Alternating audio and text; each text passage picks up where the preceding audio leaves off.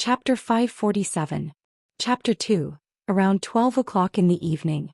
This time I got heatstroke and took a good rest. In the last few days there have been a lot of new Zhuangyuan. I will try to thank them one by the end of the month. P.S. I hope there will be more suggestions and criticism in the book review section and Tieba. I will read them all. If there is something I will correct it.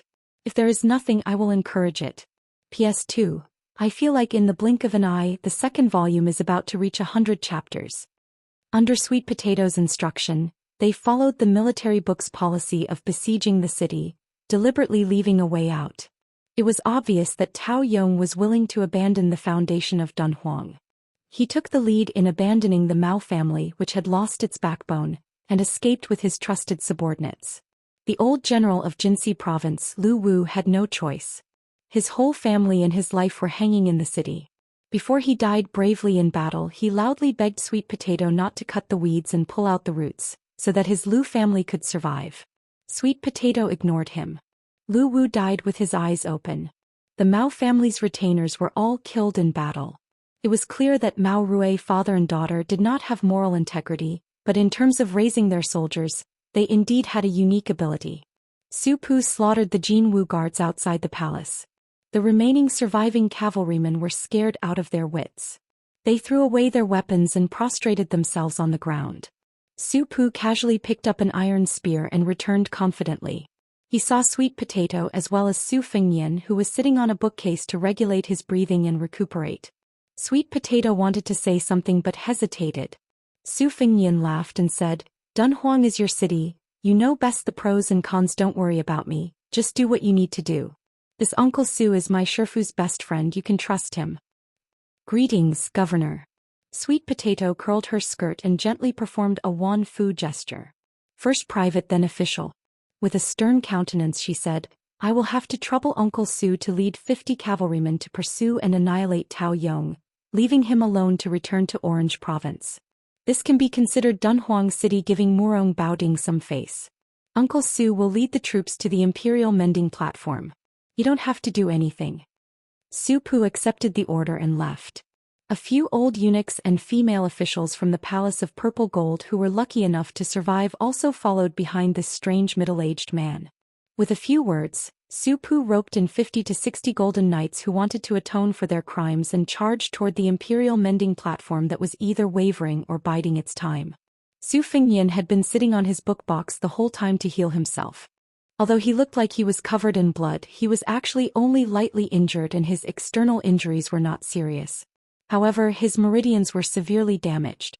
It was not an exaggeration to say that he was able to fight against 500 cavalry alone. Although the Mao family iron cavalry lacked experts to oversee them, they still had to rely on Su Fengnian's iron fist and the promise of generous rewards to hide in the thickest part of the cavalry formation. She ordered the cavalry to launch continuous attacks, throwing spears and crossbows. Later on she even used the method of charging dozens of cavalry at the same time. Among them, some of the cavalry captains who were slightly more powerful took advantage of the opportunity to ambush Su Fengnian. It could be said that if both sides were playing chess on the chessboard mountain, they only cared about the lives of the chess pieces and did not care about the hearts of the people. Even if Su Fengnian risked his life to kill 100 cavalry, he would still be doomed to die outside the city gate. However, when Spring and Autumn used the Sword Chi Rolling Wall and the Green Dragon Sleeve to open the way and used the Spring Thunder Saber to stab Mao Ro to death, it was as if he had beheaded a general in an army. The Iron Cavalry's morale fell to the bottom and they could no longer gather their momentum. It was reasonable for the army to be defeated like a landslide.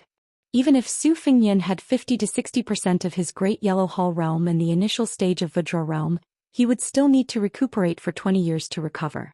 This bloody battle was no less thrilling than the death battle with Tuoba Chunsun and the other two experts on the grassland. In the marketplace it was like a strong young man fighting 3 men of the same age. In the eyes of the onlookers it was very exciting.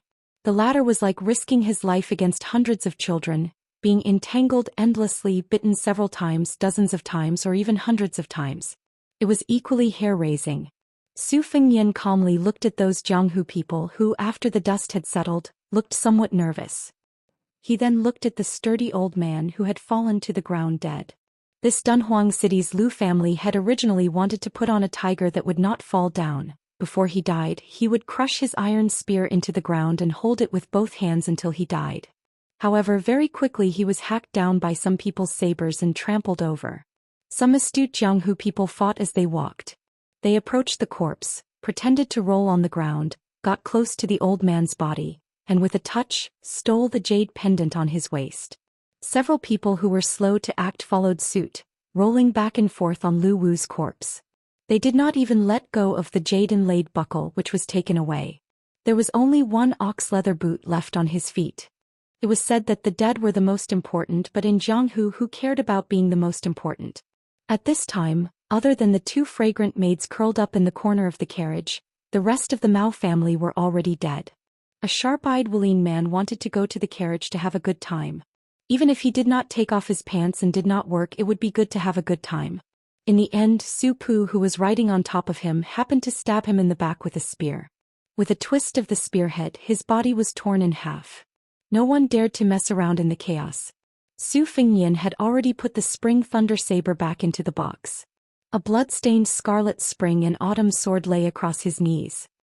He said to Sweet Potato, who was standing beside him, "How do we appease the many forces that have surrendered?"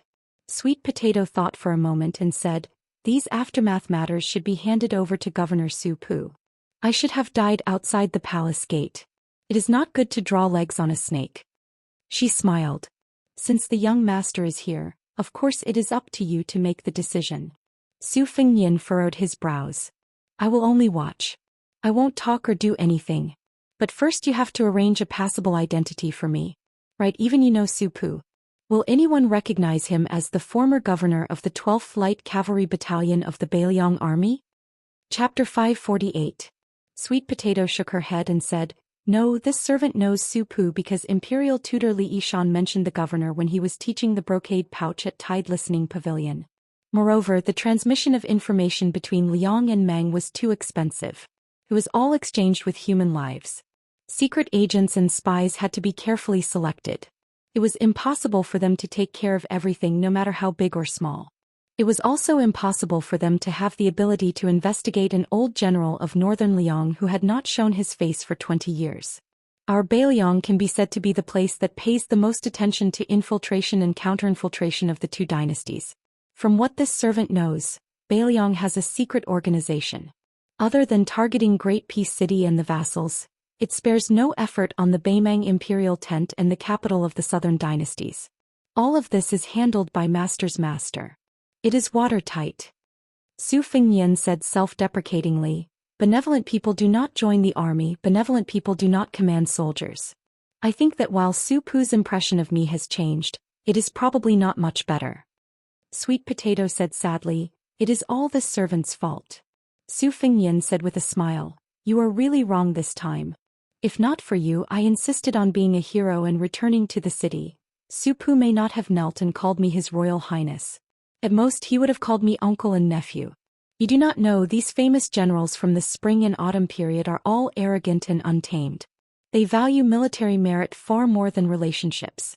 Su Pu is a rare exception. Like that strategist Zhao Chongling, who is called the right hand of my master, they all say that 3 years old can tell one's age. But before I was born, Su Xiao did not have an heir. He predicted that the Beiliang army would only be safe in the hands of Qin Jibao. He died 20 miles outside the West Shu imperial city, lying on his sickbed.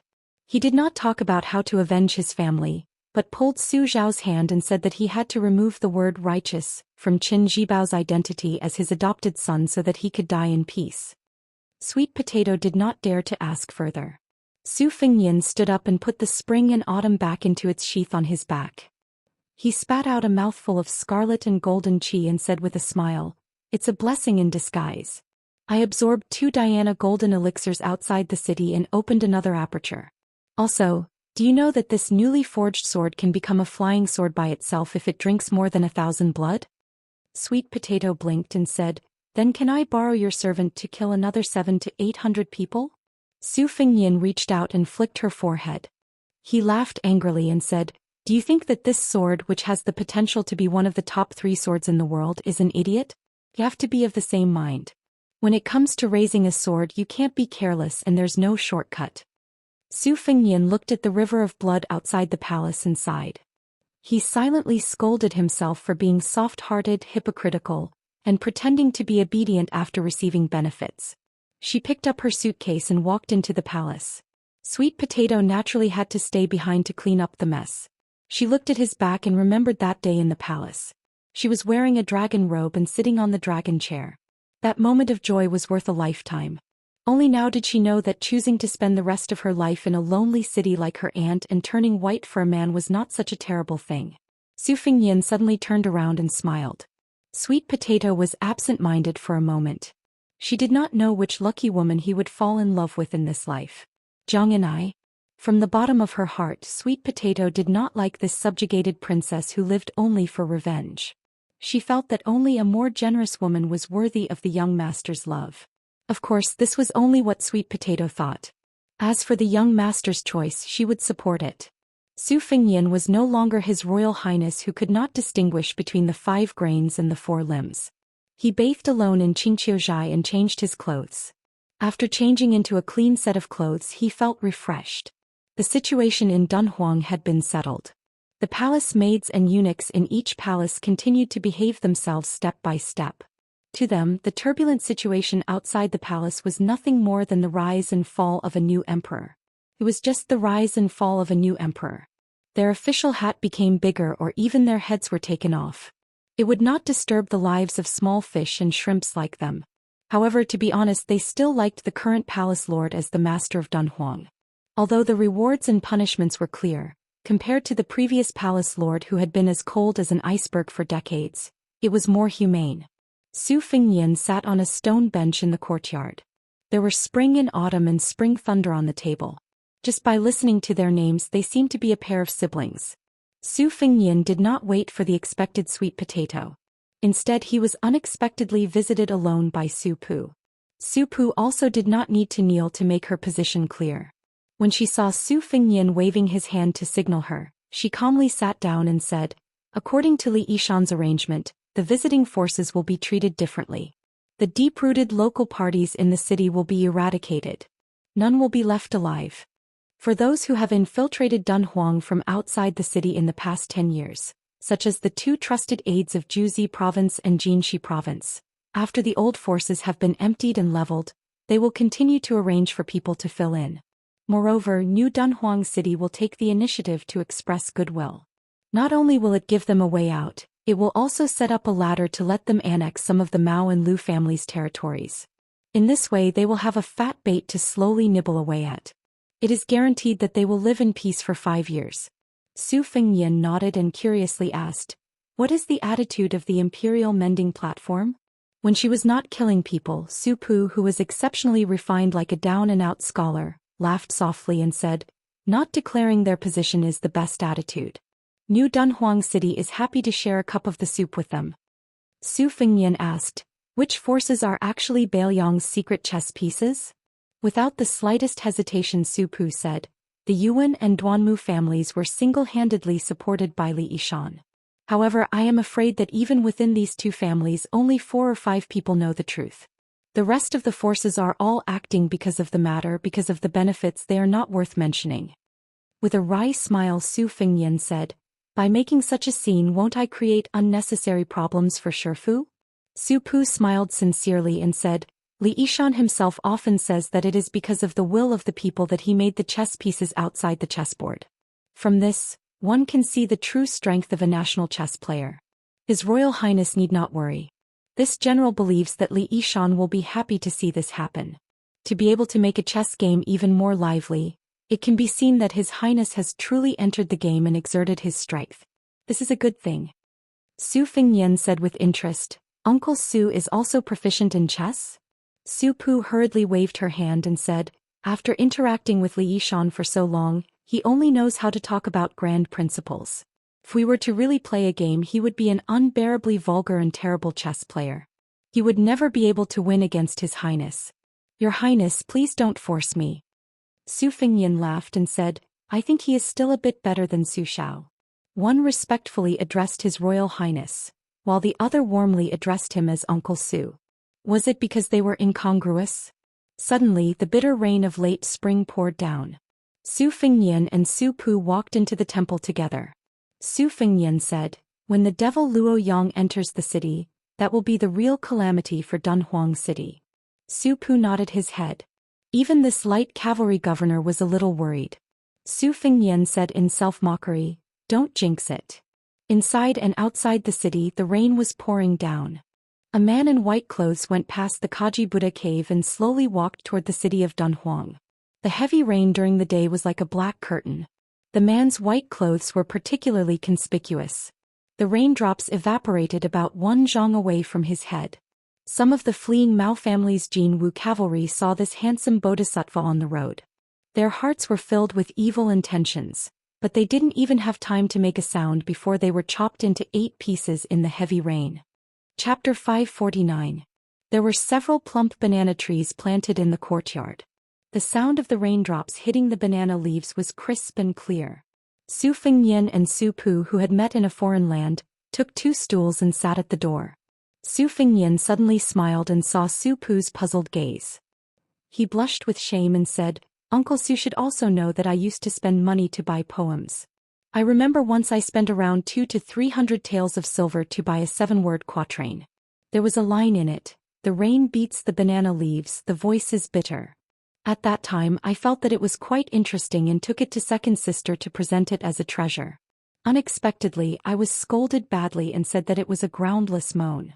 I came up with an idea on the spur of the moment and changed it to 'The rain beats the banana leaves, the voice is heavy.' Second sister was still not satisfied with it. I was angry and broke the pot, saying that 'the rain beats the banana leaves, the voice is bitter.' I asked her how the poem was. I didn't expect that after second sister beat me up, she would open her mouth and say that it was not bad." Su Pu did not understand the essence of the 3 layers of the word pa at first, so she was somewhat puzzled. After a while she smiled and squinted at the gloomy curtain of rain. She softly said, "It's not bad."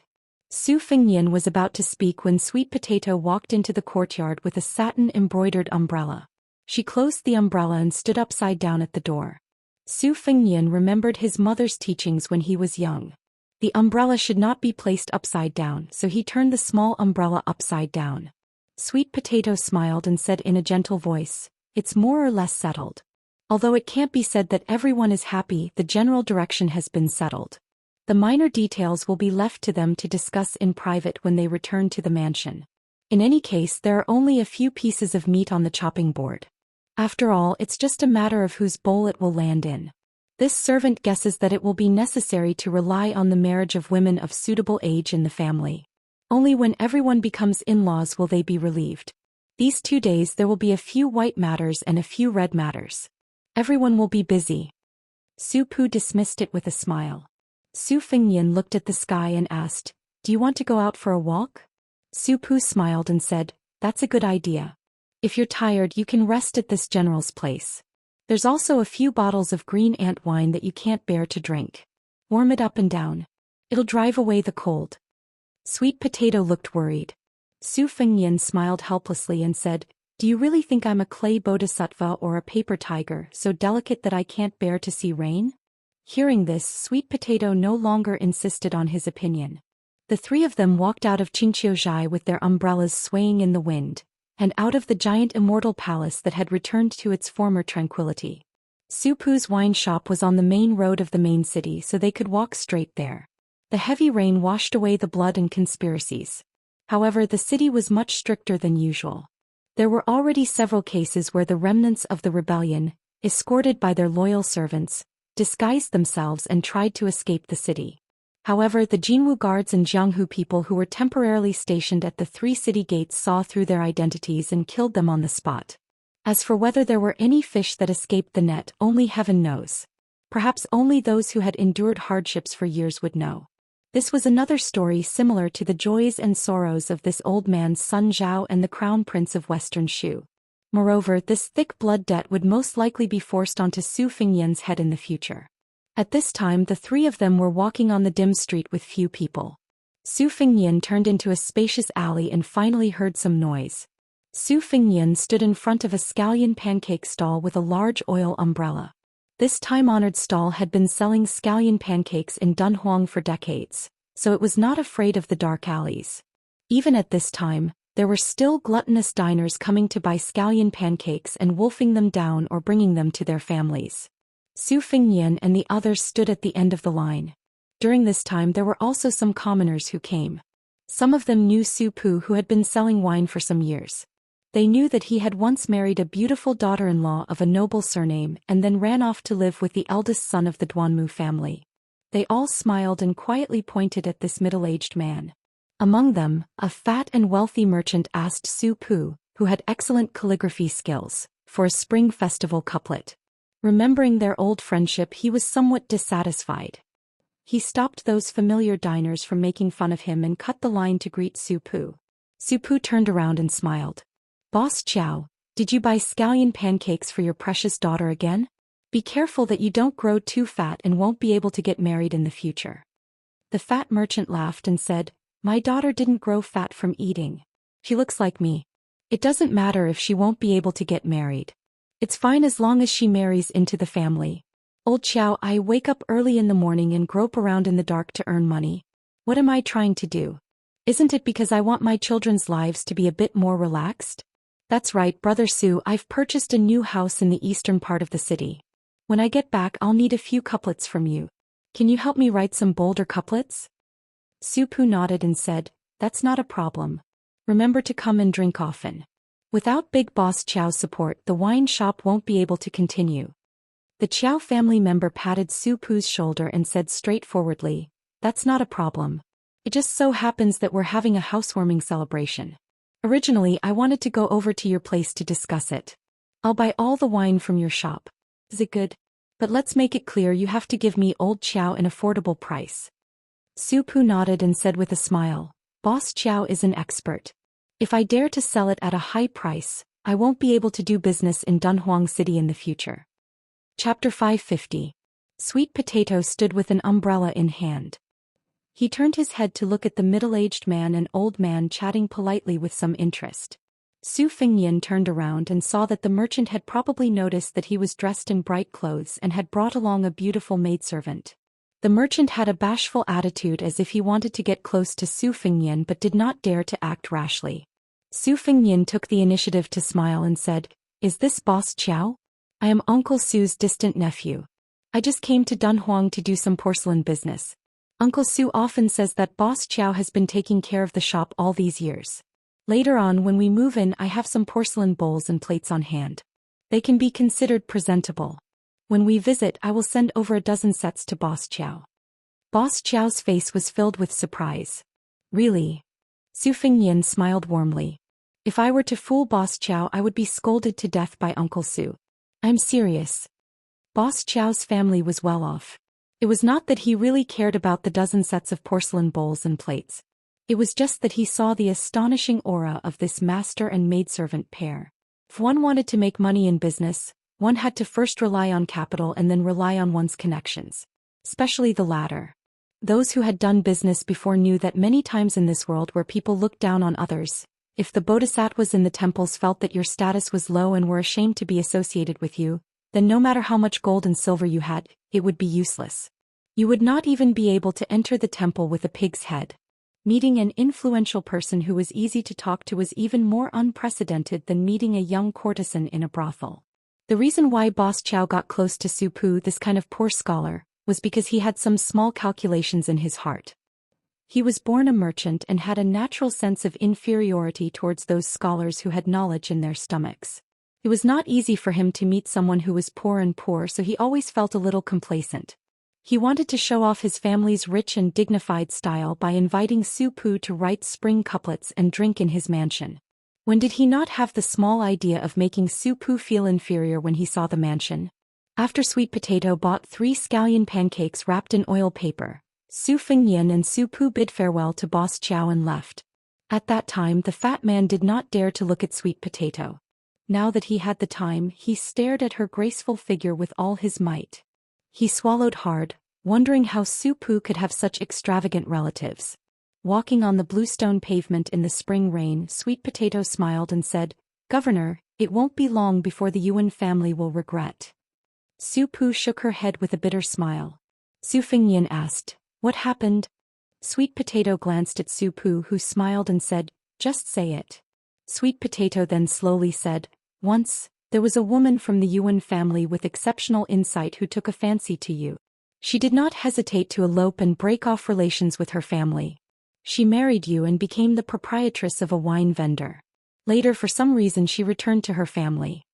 Su Pu said calmly, "She remarried to the eldest son of the Duanmu family. Don't blame her. How many women would be willing to grow old with a man who does not make progress? To be honest, when she was willing to accompany a poor scholar like me for daily necessities, I already had a whole new level of respect for her. All these years I've always felt guilty, feeling that I owed her too much. How many young men and women who are not of equal status can truly grow old together? Even if there are, most of them are just stories and novels about gifted scholars and beautiful women. Besides, the men in the novels have to be top scorers in high school. Only then can they hold their heads high. For someone like Su Pu, who squandered a dowry of 100 taels of gold according to common sense, there is no way she can be a man in the novels." Su Fengyan smiled gently and said, "These women seem to be able to sing and weep, but in the end, they have misjudged the men and misidentified themselves. When they were rich and leisurely, they were ignorant of worldly affairs. On one hand, their family was well off, so they could look down on those beautiful clothes, beautiful horses, rouge and sandalwood beds. However, when they really suffered with men, they gradually understood the power of the yellow and white vulgar things. Not to mention other things, when chatting with close friends in the boudoir, they would always hear them talking about exotic delicacies, how the newest clothes were not enough to wear, how the pearls, jade and gold hairpins were old-fashioned. Perhaps the women who fell from the branch to become sparrows did not really seek such enjoyment, but they always felt uncomfortable in their hearts. As time passed, they were subtly influenced.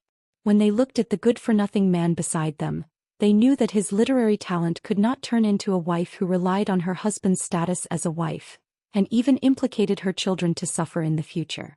Naturally, their thoughts changed. "Uncle Su, if my guess is correct, at first when she went to see her old friends she would talk about it with you and would even joke about it. After a few years she became more and more taciturn, and then she would throw some inexplicable tantrums with you. In the end she simply did not talk to you about these things, right?" Su Pu was stunned. Obviously she was hit by this young man's words. "Uncle Su, it is reasonable for you to feel guilty. No one would dare to say anything bad about you. But if you feel too guilty you will sink into it and you will be somewhat petty. Taking 10,000 steps back, that woman has married into a good family. Compared to feeling remorse and feeling sorry for herself, it is much more satisfactory. If you really want to blame someone, blame my Shifu. If he gave you the position of Dunhuang's general, you would not have so many troubles."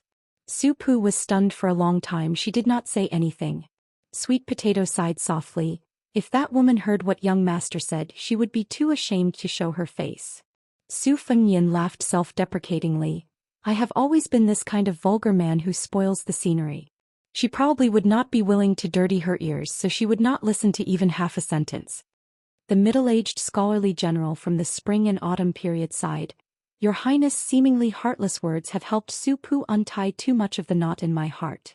Su Pu immediately laughed. "Later on, drink a few jars of green ant wine and give Li Yishan a good scolding." The three of them went to the small wine shop at the entrance of the city gate. At this time the man in white entered the city. There were dozens of corpses outside the city gate. They met on a narrow path. Su Pu looked at the man in white from afar and sucked in a breath of cold air, saying in a deep voice, "Demon Luo Yang." Chapter 551. A 9,000-word chapter. On the day of the palace coup, it could be said that there were some families who were happy and some who were sad. The Mao and Lu families were annihilated in an instant. In the northeast part of the city, influential officials gathered together. Many families who could shake the entire city with a stomp of their feet could be considered neighbors. Perhaps through a wall, they could see the scene of the confiscation of property next door. The Mao family's mansion was sandwiched between the Yuan and Duanmu families. The young men of the latter two families were watching the excitement from the top of their respective tall buildings. Some of them could not hide their schadenfreude. They could vaguely see that in the majestic heavy rain, several white-faced, beardless old eunuchs led a vast number of Jingwu guards into the Mao family's mansion. The adult men, regardless of whether they resisted or surrendered, were all hacked to death.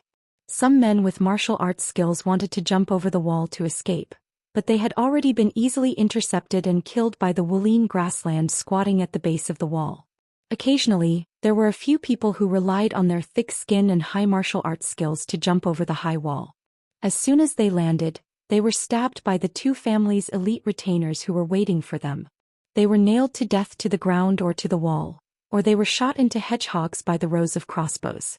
Several of the Mao family's young men who were regarded as thorns in the eyes of the two families' young men were also quite unyielding. They led their men of sacrifice and vowed to fight to the death. Even some of the young women who usually did not reveal themselves also took out their swords. However, they were unable to withstand the tide-like offensive and were all strangled on the spot. The Mao family, who had 500 armored cavalry, was originally one of the best in Dunhuang City. Even the odd job workers and servants did not look at the ground when they walked. Each and every one of them had their eyes above the top of their heads. At this time most of them died miserably. How could this not make the two families' men who were watching the excitement with cold eyes feel relieved? Some of the men who only dared to secretly covet the Mao family's women and covet the Mao family's daughter-in-law felt a bit of pity. These beautiful women who usually put on airs would be a wonderful thing if they were sent to serve as prostitutes in the army. They did not mind spending hundreds of taels of silver in one night. The large clans of Dunhuang City were influenced by the nobles of the Central Plains, and many of them had private libraries. Perhaps because the Yuan clan had a literary background, they paid special attention to the family's private libraries. The old scholars and teachers were all famous scholars in the Tangerine and Jinxi prefectures. In the northern Mang, picking a martial artist with some skills was as easy as picking a cabbage. However, picking a scholar with real talent was like looking for a three-legged toad. The Yuan clan's expenditure in this area far exceeded that of their peers. This was attributed to the fact that the Yuan clan's leader was a scholar who had read a lot. The private library Wenhui building had a collection of 80,000 books. Most of them were plundered by scholars who had rushed to the north. Yuan Liang had always been immensely proud of this, and he especially looked for a seal master to carve a piece of yellow stone. He called himself the 80,000 old man. Today Yuan Liang personally led nearly 100 soldiers and generals to the outside of the giant Immortal Palace. When he returned, he rewarded them according to their merits. At the same time, he ordered the steward to lead a group of trusted men of sacrifice through a secret passage that connected the three families. He first picked up a few women who had married into the Mao family so that they would not be implicated. Then he sealed the passage and destroyed it. The reason why he saved them in the chaos was not because Yuan Liang was merciful. It was because he wanted to take over the Mao family's property in the future. He had to rely on these astute women who were familiar with the Mao family. In fact, he did not have good intentions in the beginning of the marriage. Of course, it was the same for those women who had married into the Mao family. In the past, Yuan Liang treated these fierce women, his daughters-in-law, and even his granddaughters-in-law with respect. He would often reprimand his family's descendants in front of them. But after today he wanted to see if they would still dare to order their husband around, and if they would still dare to forbid him from taking concubines. At this moment, perhaps she was already kneeling on the ground, sobbing and begging for mercy. Yuan Liang sat on a small couch near the window on the top floor of the Wenhui building, leisurely sipping tea, smiling as he looked at the upheaval in the Mao family mansion. He was in an extremely good mood. Different from Mao Ro, who has a perfume fetish, he likes to drink tea. On the small couch there was a large tea table with a tea set, tea grinder, and a soup bottle on it. After Yuan Liang caught a glimpse, he narrowed his eyes, but immediately put on a warm smile that made people feel good about him. He got off the couch and put on his shoes to welcome him, calling Brother Chong Yang. The latter waved his hand and casually sat down on the couch, taking a tea towel to wipe his cheeks. Yuan Liang laughed happily and said, "Duanmu Chong Yang, you scoundrel, the elegance in the room has been washed away by your vulgarity. How unlucky. Uncle Yuan, if you continue to be so merciless, be careful that I don't harm your granddaughter. She's very pretty to my taste." The man giggled, drinking a cup of tea to quench his thirst. It was indeed unbearably vulgar. This man called Duanmu Chongyang was the second young master of the Duanmu clan. His status was similar to Yuan Duan's, but his personality was the complete opposite. He stood up at 30 and started a family. Even now he still hadn't taken any shape, causing his father Duanmu Qingxing to have a lot of white hair. Duanmu Chongyang was a renowned swordsman on the border between the two provinces. He often went to kill horse bandits for fun. As he killed, he actually became sworn brothers with the leader of a large group of horse bandits. If it weren't for his clan stopping him, he would have abducted his sister and made her the wife of the head of the horse bandits. Duanmu Chongyang was also the only one who dared to teach the Mao family's children a lesson when the Mao family was at its peak. The three families were neighbors. Close neighbors were better than distant relatives. Plus, they were in-laws, so on the surface they were harmonious. Duanmu Chongyang, Yuan Duan, Mao Chong and Mao Ro were childhood playmates. However, they had been estranged from Yuan Duan in recent years, intentionally or otherwise. In their youth, these two top young masters in Dunhuang liked to follow Mao Chong around as minions. It was a pity that Mao Chong died early. He didn't even reach 20 years of age before he died. Duanmu Qingxing had endured for a long time. Seeing that his eldest son was still frivolous, he finally couldn't help but slam the table angrily. Why did you go to the Mao family? Did that widow Mao Chong steal your soul? You're just a broken shoe. Don't you feel ashamed? You've ruined the plans of two families. What are you going to use to compensate? Yuan Duan narrowed his eyes again and lowered his head to taste his tea. Yuan Liang kept smiling but didn't say anything. Duanmu Chongyang raised his eyebrows and argued with his father. What's the big deal? Are two families hiding behind our master's back to scheme for benefits is a big deal? Aren't we afraid of incurring the suspicion of that little woman Yanji? In my opinion, this time we're dividing up the territories of the Mao and Lu families in Taoyong. We shouldn't be so aggressive just because we protected the emperor. Do you really think we protected the emperor? Isn't this a trap that master set up long ago? He's waiting for those old foxes to jump into the fire pit. Besides, if we really want to argue, it's the young man who blocked the city gate with his sword who did the most work. I didn't hear him clamoring for a reward. He can't just do that behind closed doors with Yanji, right? Why didn't I see him take the position of commander of the Jingwu guards? This is a two-man show they're purposely putting on for us to see. They're warning us not to push our luck. Father, if you don't go to the Mao family and cause a ruckus, I'd like to see if you'll get a stomachache from eating the meat in your mouth. Duanmu Qingxing looked like he was going to pick up the jade-like Dongyue Celadon cup and smash it at this bastard of a son full of nonsense. Yuan Liang hurriedly stopped him and pulled on his in-law's arm. He joked, don't throw it, don't throw it. This kid isn't afraid of pain, but my heart aches for the cup. Duanmu Qingxing huffed, Brother Yuan, listen to this brat. What do you mean by arrogant? Does he think I'm a dog? Yuan Duan held an exquisite tea broom.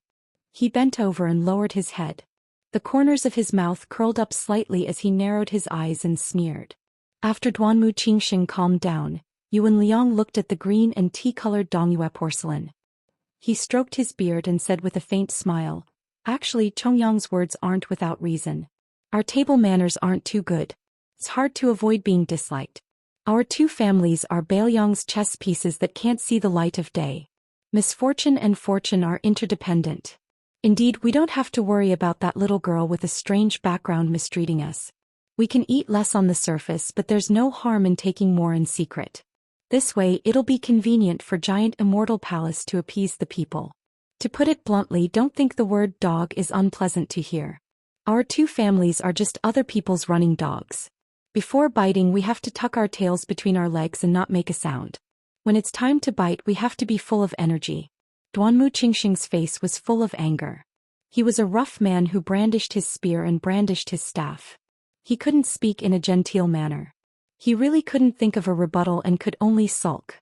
Duanmu Chongyang, on the other hand, laughed loudly. Uncle's words are truly incisive. Yuan Liang said with a smile, then let's set the tone like this. Eat less, eat more, and take it slow. In-law, why don't you and I spit out a few pieces of meat first? Duanmu Qingxing hesitated.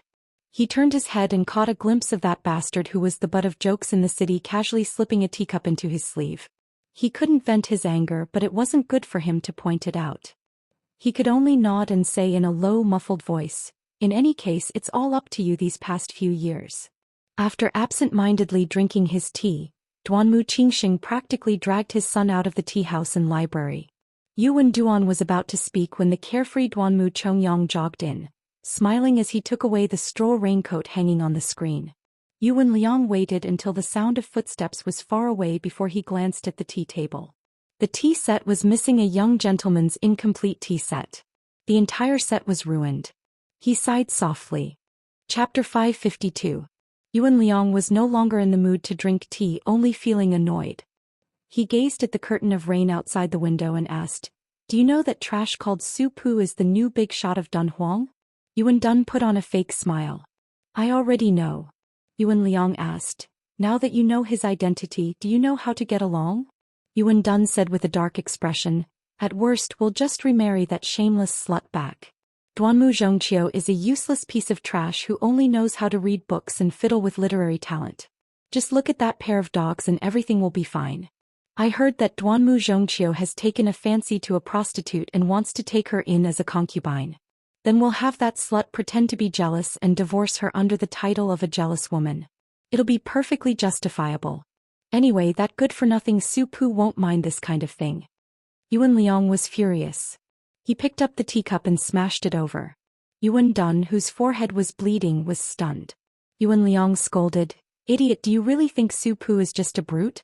Which of Bailiang's loyalists are mediocre? Even if they're not smart enough and there's someone else in Bailiang plotting behind the scenes, do you think our Yuan family can afford to provoke that terrifying plague god Su Pu?" Yuan Dun held his forehead, blood seeping out from between his fingers. He said stubbornly, "How is it bad that I found his woman?" Yuan Liang was even angrier. He picked up the teacup and was about to smash it again, but seeing his eldest son's resolute gaze, he sighed dejectedly. "Yu, why are you so straightforward? A woman's mind is hard to predict since ancient times. Your sister has always been unyielding.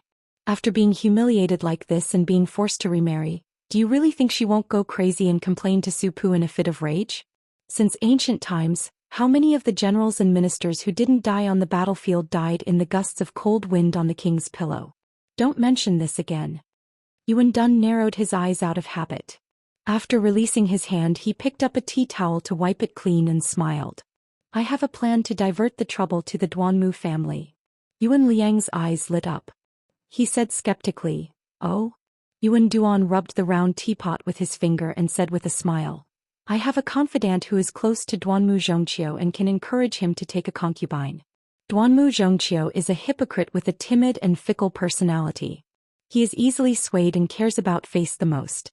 This confidant can take advantage of his lack of business knowledge and has a dead debt in his hands. 600 or 700 taels of silver should have been Duanmu Zhongqiu's money. Returning it to him now will leave him with plenty of money. When a man suddenly has a sizable private stash, he will have devious thoughts even if he doesn't have devious thoughts. I will have my confidant work on 2 fronts, one going to the brothels and beating around the bush. Now that the Duanmu family is suppressing the Mao family with us, I think the brothels are also aware of the pros and cons. On the other hand, he will bewitch Duanmu Zhongqiu, saying that Su Pu holds a grudge. If he dares to take that slut, he will make an example out of the entire Duanmu family. The Mao family is a good example. Father, do you think this good-for-nothing will give a divorce letter with both hands? At that time, our Yuan family will comfort that shameless slut, but she will fall out with the Duanmu family and shed all pretense of cordiality. Who will be the strongest power in Dunhuang City in the future?" Yuan Liang thought about it carefully weighing the pros and cons and considering the feasibility of the plan. His smile grew wider and wider. Outside the building, the father and son of the Duanmu family walked further and further away toward the backyard. They got into an inconspicuous carriage, the sound of hooves not louder than the sound of the rain. Putting away the sheepskin umbrella, Duanmu Qingshen closed his eyes to rest. Duanmu Chongyang, who hadn't taken off his straw raincoat, also didn't have the least bit of a sloppy appearance. Duanmu Chongyang lifted the curtain and glanced at the high wall. He smiled and said, "If nothing unexpected happens, this pretentious and feminine father and son are starting to scheme against our Duanmu family. Their falling out is much faster than them flipping a book. Yuan Duan, this kid has a belly full of evil tricks since he was young. He thinks he's virtuous, but he still thinks no one can see through him. It's really funny." Duanmu Qingxing said in a low voice, "Chongyang, how do you think they're scheming?" Duanmu Chongyang sneered and said, "Putting yourself in their shoes, they'll definitely start from big brother and sister-in-law. They'll see immediate results. The Yuan family only has this bit of foresight and prospects. Duanmu Qingxing opened his eyes and crossed his fingers on his abdomen. He smiled faintly and said, "Your big brother is timid and afraid of trouble. He doesn't even have the guts to compete with you for the position of the family head. I've already given up on him. But you back then dared to single-handedly kill Mao Chong in one move. Your hands and feet are clean too. This time Yuan Liang and Yuan Duan want to trap your big brother. You go and keep an eye on them. Just don't make a big fuss. There's no need to lower yourself to their level. Otherwise, if they see through our concealment, it won't be pretty. We father and son are big men. Don't haggle over the smallest details with those two women. The Duanmu family has never treated Dunhuang as a place to do big things." Duanmu Chongyang laughed heartily and said mockingly, "This drinking of tea is just drinking the word harmony in harmony. Looking back at Yuan Liang's sinister methods these years, it's really a waste of several hundred caddies of tea." Duanmu Qingxing didn't go along with this topic. Instead he said in a more serious tone, "Just now you went to the Mao family to save them. There's even a hint of camaraderie. Very good. Your way of doing things these years has always been putting on a show for the masters of Bailiang. Now it's time to pick the ripe fruit. Father can give up everything, but I'll definitely let you become the great lieutenant of the Jinwu Guards. You have to interact more with Su Pu and that young man. Drink wine and so on. You must not be in a hurry. As long as you progress step by step, there will always be a chance for you to go to Bailiang and make a name for yourself. Dunhuang is still too small for you to show off your skills. Join the Bailiang army and strive to become the trusted aide of the hereditary heir apparent of the king of Bailiang. If this boy is not enough to entrust your life to, you can always switch to Qin Jibao. It won't be bad either. But remember to use the trick of injuring yourself to gain the enemy's confidence. Otherwise you'll be regarded as a rebellious minister. You won't have a chance to make a name for yourself in Bailiang." Leaning against the wall of the carriage, Duanmu Chongyang clicked his tongue and said, "The white-clothed war immortal Qin Jibao, the ruthless man who slaughtered the spear immortal Wang Xiu. I've been looking forward to this for a long time." Duanmu Qingxing shook his head and said, "The struggle for military power between the Bailiang heir apparent and Qin Jibao is not as one-sided as the outside world thinks. I feel that as long as Su Xiao is alive, Qin Jibao won't rebel. But as long as Qin Jibao doesn't rebel, as long as this drags on, the heir apparent will have more and more room to maneuver." Duanmu Chongyang was puzzled. "Su Xiao killed Qin Jibao with one saber strike," he said. "Isn't everything easy? Although this way the morale of Bailiang's 300,000 armored cavalry will be reduced by half. But in the end, it's better to end the pain quickly than to prolong the pain." Duanmu Qingxing's expression was grave. He shook his head and said, "This is the brilliance of the king of Bailiang's art of controlling people. He knows that some people can't be killed. He knows how to nurture a tiger and invite calamity. In my opinion, Qin Jibao was the most powerful Bailiang army in the world. It was the heir apparent who killed him, but Su Xiao couldn't be killed. Perhaps this vassal king with a different surname also couldn't bear to kill him." Duanmu Chongyang greatly treasured the time he spent alone with this old man, and even more treasured the opportunity for him to share his experiences. He asked, "Then father, do you feel that Qin Jibao has really rebelled?" Duanmu Qingxing smiled and said, "Even if at the beginning he put on a show for the Zhao family's son to see and for Great Peace City to relax, in the long run, Qin Jibao will be in a similar situation as his adoptive father after the Battle of the Western Wall. He had no choice but to rebel. However, at that time Su Xiao had the willpower to have the glory and wealth he has today. If he had really rebelled, he would have spent 3 or 4 years ruling across the river with the Zhao family. In the end, he would have used up the hearts of the people, and without the support of the scholars and the people, he would only be in a circle and die. This is the great wisdom of a martial artist like Su Xiao. When one reaches a high position, it is very difficult to remain clear-headed. Qin Jibao is different. If he rebelled, not only would the entire Liang dynasty be happy, Beimeng would also clap and cheer. Even Bailiang would most likely approve more than oppose." Duanmu Chongyang carefully added, "The precondition is that Su Xiao dies of old age." Duanmu Qingxing nodded and said, "That's right. So in reality Su Xiao and Qin Jibao are both waiting. When the time comes when it is the Bailiang heir apparent's turn to put on the Liang prince's robe and personally go to play chess with Qin Jibao, it will truly be a life-and-death battle. Before that, it will be a good time for you to wait for the best price." Duanmu Chongyang was in high spirits and eager to give it a try. Duanmu Chongyang came from an ordinary background. Not to mention his awkward status as a chess piece of Bailiang, he was only a small local clan compared to those colossal powers. Beimang had 8 military officials in charge of military affairs. He had no relatives or friends. If there were no major wars, his climbing speed was destined to be slow. The Beimang Southern dynasty, which had lost its scholars, was even more of a joke. The Bailiang army was undoubtedly the first choice.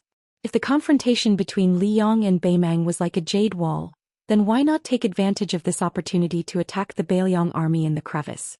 Why didn't a real man bring a Wu Go and take half of the 50 provinces? Duanmu Chongyang suddenly frowned and said, "If one day the devil Luo Yang comes to Dunhuang, what should we do?"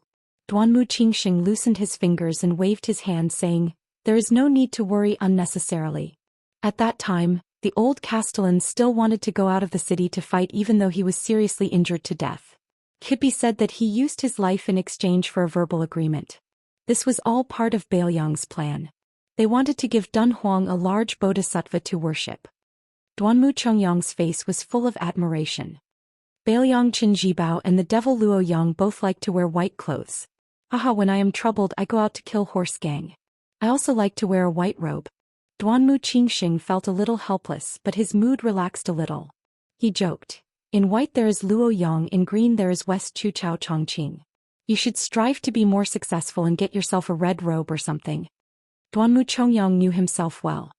He shook his head and said, "I don't dare to think about it." Chapter 553. Even though there would always be ambitious and ruthless people emerging from every generation, each of them dominating the world for 100 years, and there were only so many colors such as white clothes, green clothes, red clothes, or purple clothes, there had never been such a white-clothed person in history. Wherever he went he would kill gods and Buddhas that stood in his way. When he first came to the pugilistic world, no less than 1,000 people had died by his hands. Among them were the innocent commoners who had blocked his way. They might have only taken a second glance at him, but there were also heroic heroines who had rushed over to intercept him after hearing the news. However, this white-clothed devil did not stop his footsteps. He traveled through 8 provinces and finally killed his way to the northern Mang royal court. Along the way there was no lack of experts from the 10 great sects, such as a deputy mountain master of Mount Tibing. Even an old monk who was sweeping the caves of Tsaoji Buddha Cave had appeared. There was even a Daoist who was a direct disciple of the Daoist sect. Killing people like flax, killing people without blinking. These 2 sayings couldn't be more suitable for the devil Luo Yang. Duanmu Chongyang suddenly said, "That little girl with naturally beautiful lips like rouge is actually quite suitable to be with Luo Yang. If they run into that young hero who repelled 500 riders by himself, there will be a good show to watch." Duanmu Qingxing frowned and said, "Why are you thinking about this nonsense?" Duanmu Chongyang smiled embarrassedly. Duanmu Qingxing sighed and said, "Yuan Liang and I are at most old foxes who have the ability to plot a city or a state. Compared to Su Shao the sky-swallowing python, we are far inferior." The old man continued, "It's not that I belittle myself. Su Shao, just calling this name makes me tremble with fear." The carriage stopped slowly. Duanmu and Duanmu, who were much more scheming than Yuan and his son, got off the carriage together. Duanmu Chongyang walked with a straw raincoat. No matter how you looked at him, he looked like a loafer who was waiting to die. He walked in front of his father without any rules and strode into the mansion. Duanmu Qingxing, who was walking with an umbrella, said to himself, "The night air is clear and bright.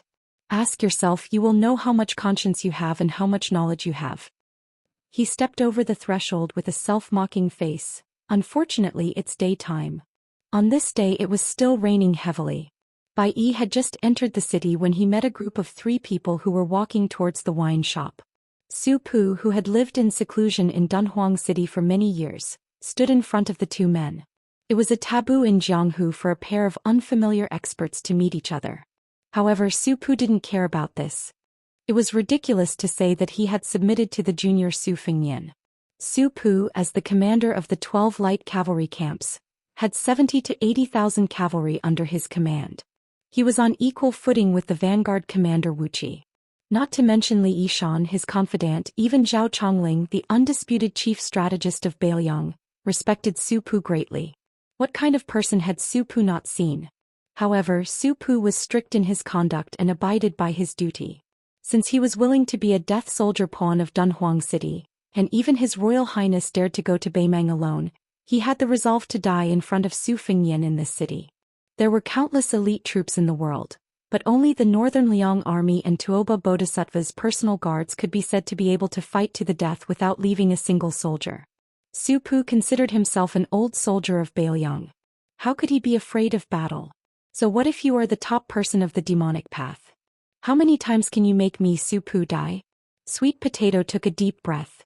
He was about to take a step when he was pulled back by Su Fengyan. Bai Yi Luoyang entered the city. She didn't look at Su Pu and Sweet Potato. She only looked meaningfully at Su Fengyan, who had changed his face. Su Fengyan walked out of the umbrella and grimaced as he walked in front of Su Pu. So it is you. Actually, I should have thought of it long ago. I just didn't dare to believe it. The Northern Mang demonic path's most powerful and ruthless person stretched his waist and slowly walked over. He allowed the raindrops to smash against his clothes, completely revealing his slender figure that wasn't too curvaceous. He said, Huang Baozhuang is finally dead. Su Fengyan stood where he was. He pursed his lips and didn't say anything. He just wanted to slap his own mouth. Who told you to jinx it? He regretted not bringing out Chuanqiu and Chunlei. The two were less than 20 steps apart. This was Sweet Potato's first time seeing this great demonic lord. He was already prepared to die. This was Su Pu's second time. At that time the two kings of Dunhuang, Sweet Potato's aunt and Luoyang, fought. He had watched from afar but he couldn't see their faces clearly. However, Luoyang's aura couldn't be faked by anyone, not even Tuoba. This white-clothed demon's murderous aura was one of a kind. It was one of a kind in Jianghu. Even though Luoyang looked like a woman up close, Su Pu still didn't believe that he was a woman. Only Su Fengyan, who had suffered in the sword pavilion of Flying Fox City, knew that she was indeed a woman. She had both the appearance of a celestial being and the appearance of a dragon concubine. She was also very young. Damn it, her extraordinary talent was comparable to Li Chuangong's. Su Fengyan asked, How did Huang Baozhuang die? Where's your pearl? The woman who was both Luoyang and Huang Baozhuang's chess and sword music school didn't answer. She just touched her stomach and said, I'm hungry again. Su Fengyan knew that this crazy woman had said that she would kill people when she was hungry. Compared to the kind and innocent Huang Baozhuang, she was like heaven and earth. This well-deserved giant of the demonic path suddenly laughed. Even Su Pu was a little dazzled. She laughed softly and said, Huang Baozhuang doesn't know what I did, but I know what she did. Sweet Potato and Su Pu didn't need to be in the rain. They were already confused. Chapter 554. Su Fengyan was about to speak when the woman who addressed herself as Luoyang finally looked Sweet Potato and Su Pu in the eye. She frowned and said, Why do you look so much like that old hag? No wonder your aunt wanted me to spare your life. I won't kill you, but go back to the palace of purple and gold. You're not allowed to set foot in Yeting Palace for the rest of your life. Sweet Potato smiled charmingly but didn't move. Luoyang stepped behind Sweet Potato and gently patted her chest. Almost at the same time, Luoyang's right hand turned into a slap to deflect Sweet Potato's kick. Her left hand caught Su Pu's whip leg and threw him away. Su Fengyan didn't move, but his two flying swords were already out of his sleeves. However, when the golden threads were 2 inches away from Luoyang's forehead, they stopped and trembled. The morning dew stopped 3 inches away from her chest. Sweet Potato and Su Pu were about to join forces and give Su Fengyan the opportunity to charge his flying swords. Suddenly the sky changed color and the rain fell like thousands of flying swords. The two of them suffered unspeakable pain just by blocking the swords. They only managed to advance a little after being cut by thousands of swords. Luoyang was the youngest person to enter the realm of celestial phenomenon in the past 100 years. In this aspect she was even more shocking than Wang Xianji, Tuoba and Dong Tai, who were in the top 3 of the martial arts role. Su Fengyan completely let go of his control over the two swords.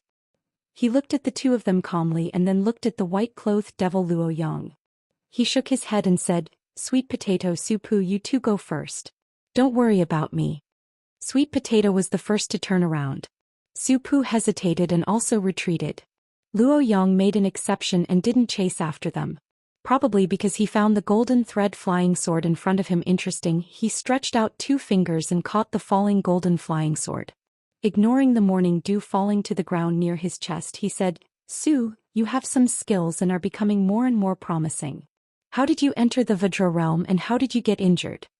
Without any support, the morning dew fell straight to the ground and was covered by the endless rainwater pouring down from the trough. Without looking at Tao Lu and Jin Lu, Su Fengyan asked, Do you have to kill me? Luo Yang's fingers slightly exerted force. The golden thread curved in an arc. She said with a smile, Give me a reason not to kill him. Tell me. Forget it, you're going to die anyway. I'm more interested in knowing your true identity. Su Fengyan said bluntly, Su Fengyan. Luo Yang said expressionlessly, It's not as nice as Su Xianxia. Su Fengyan laughed.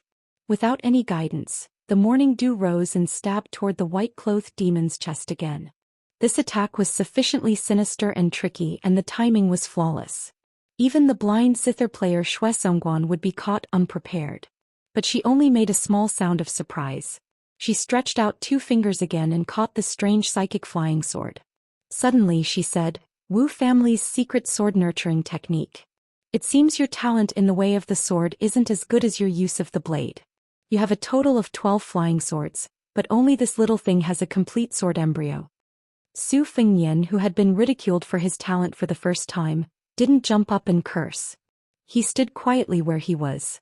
Su Pu and Sweet Potato, who had a tacit understanding, stopped and surrounded the white-clothed woman in a tripartite confrontation. The rain gradually stopped. There were no mountains here, so the mountains didn't turn green after the rain. Luo Yang asked, I've heard that you're half a disciple of Li Chungang. But what's your relationship with Dong Tai? You better have some relationship.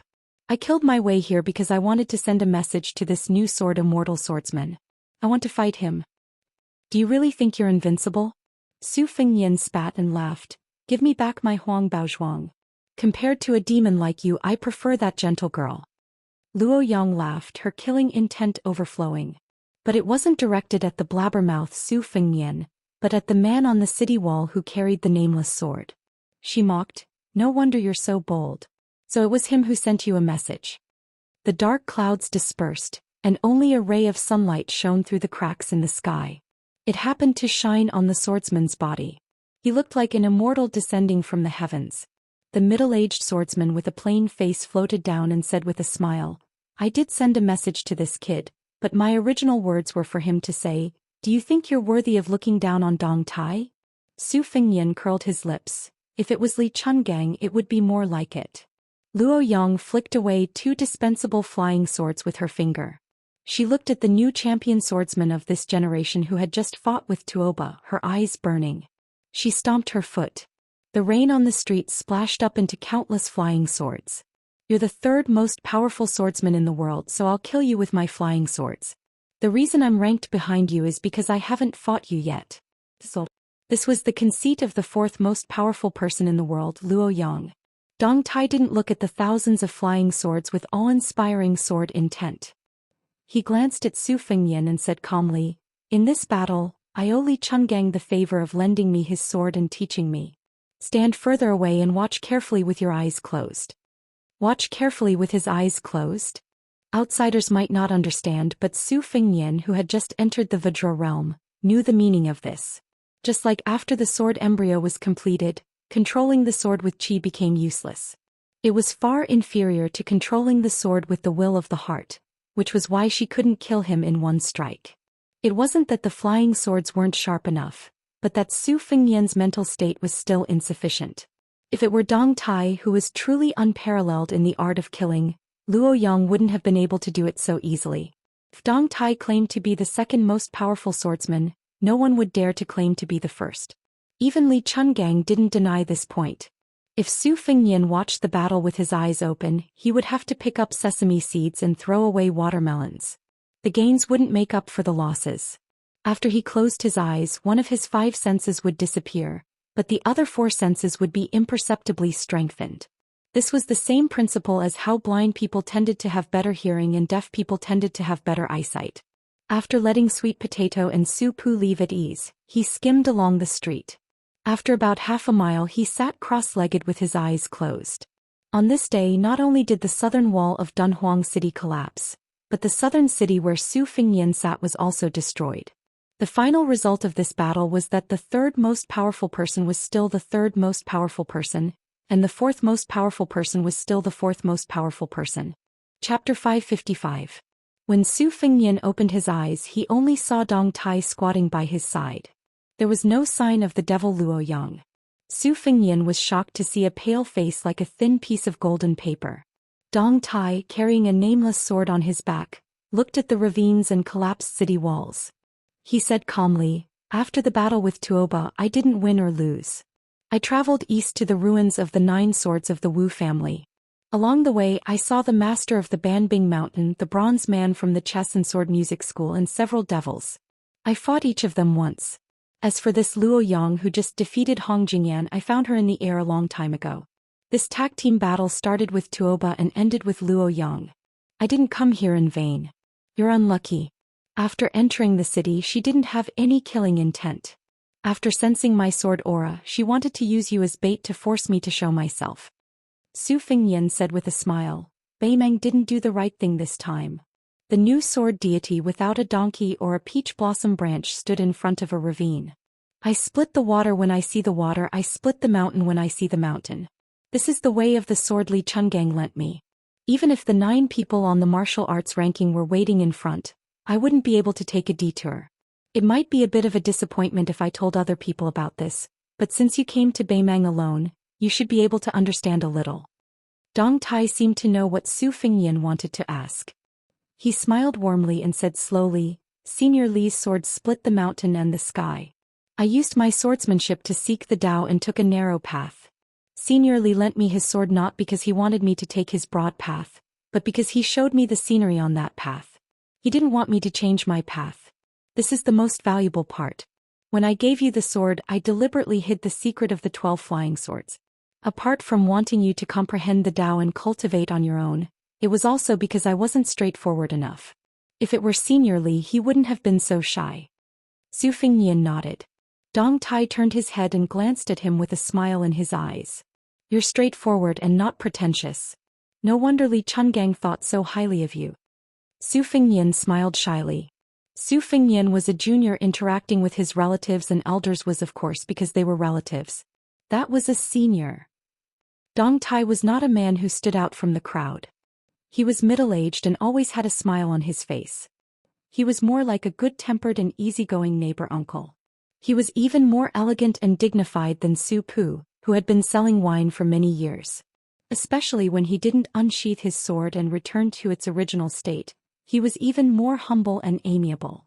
Of course, Su Fengnian had also secretly imagined Dong Tai riding a donkey and shaking the peach blossoms. Amongst the green mountains and clear waters, or amidst the rain of arrows, he must have had the demeanor of an expert. Unfortunately, he didn't get to see it. Dong Tai looked at his chi and asked, "How did you get injured?" Su Fengnian said softly, "I fought with a few hundred cavalry. I was a little weak." Dong Tai teased, "You're the same as your father. You didn't know your place when you were young. To be honest, a few years ago, I had always felt that Su Xiao was not worthy of my sister and felt that it was not worth it for her. This time when I went to northern Mang, I was stopped at the border. Su Xiao shamelessly caught me and forced me to drink. My impression of him changed a lot.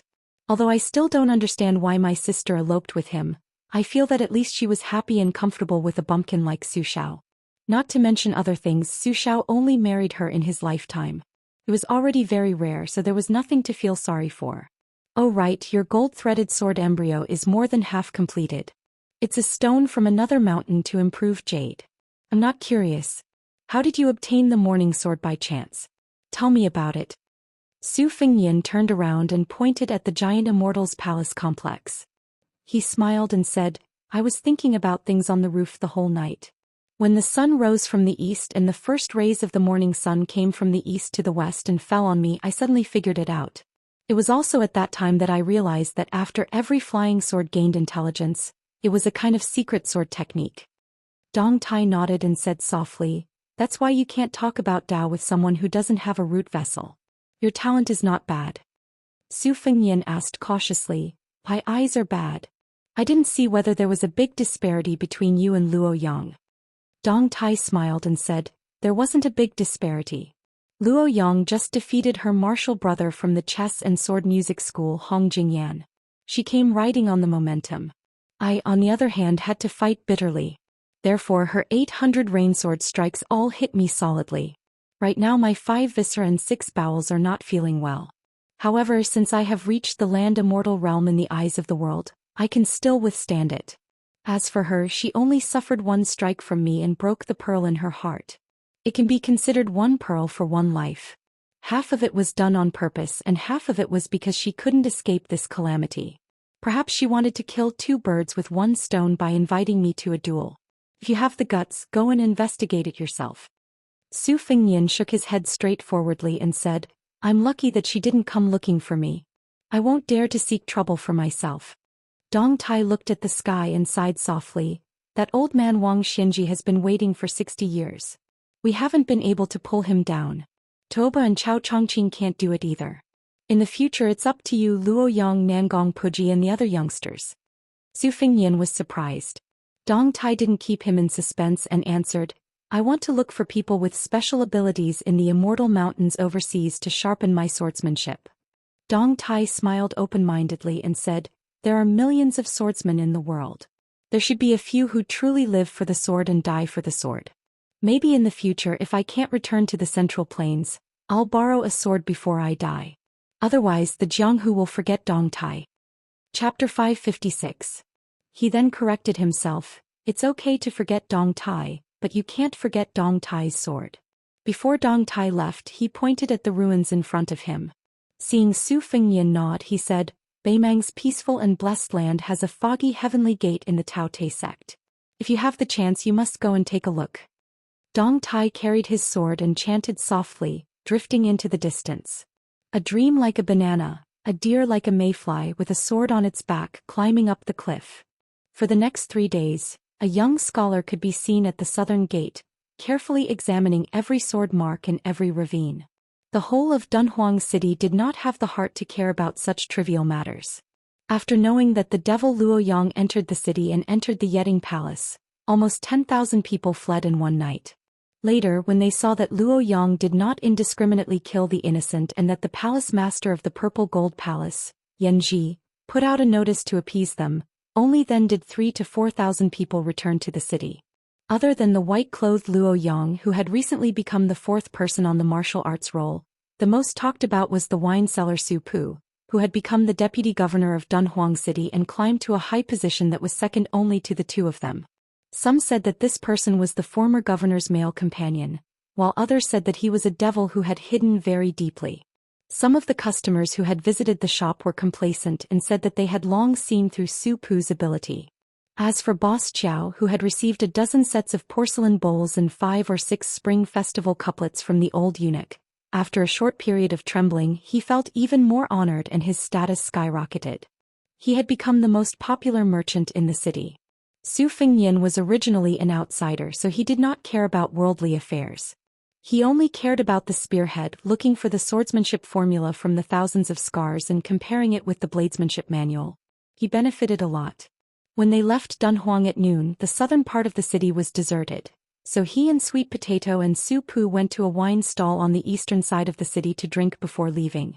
The stall owner was shallow but shrewd. He did not recognize the 3 of them and only thought that they were high-ranking officials and dignitaries in the city that he could not afford to offend. He did not dare to carelessly quote a high price for their drinks.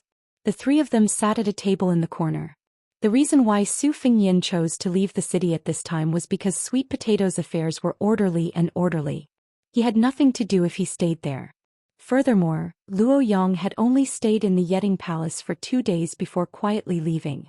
Without this mortal enemy in the palace, Su Fengnian did not dare to lower his guard. Su Pu was in high spirits.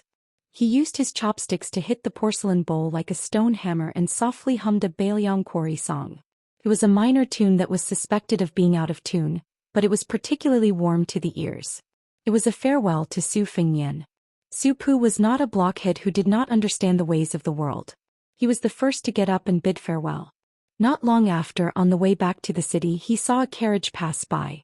The curtain lifted a corner and outside the carriage a man and a woman looked at each other. Their footsteps did not stop and the carriage did not stop. The sweet-tempered woman in the carriage was biting her lips, her cheeks filled with tears. Su Fengyan asked in a low voice, "It's her?" Sweet Potato laughed, "Isn't it? What a coincidence." Su Fengyan shook his head and said, "What coincidence? Someone arranged it. Of course it's not her intention." Sweet Potato laughed it off. She was not unfamiliar with the knack of it. It was just that once she said it out loud, even the slightest aftertaste would be gone. You see how charming Xianxia is, you expect Xianxia to be like this.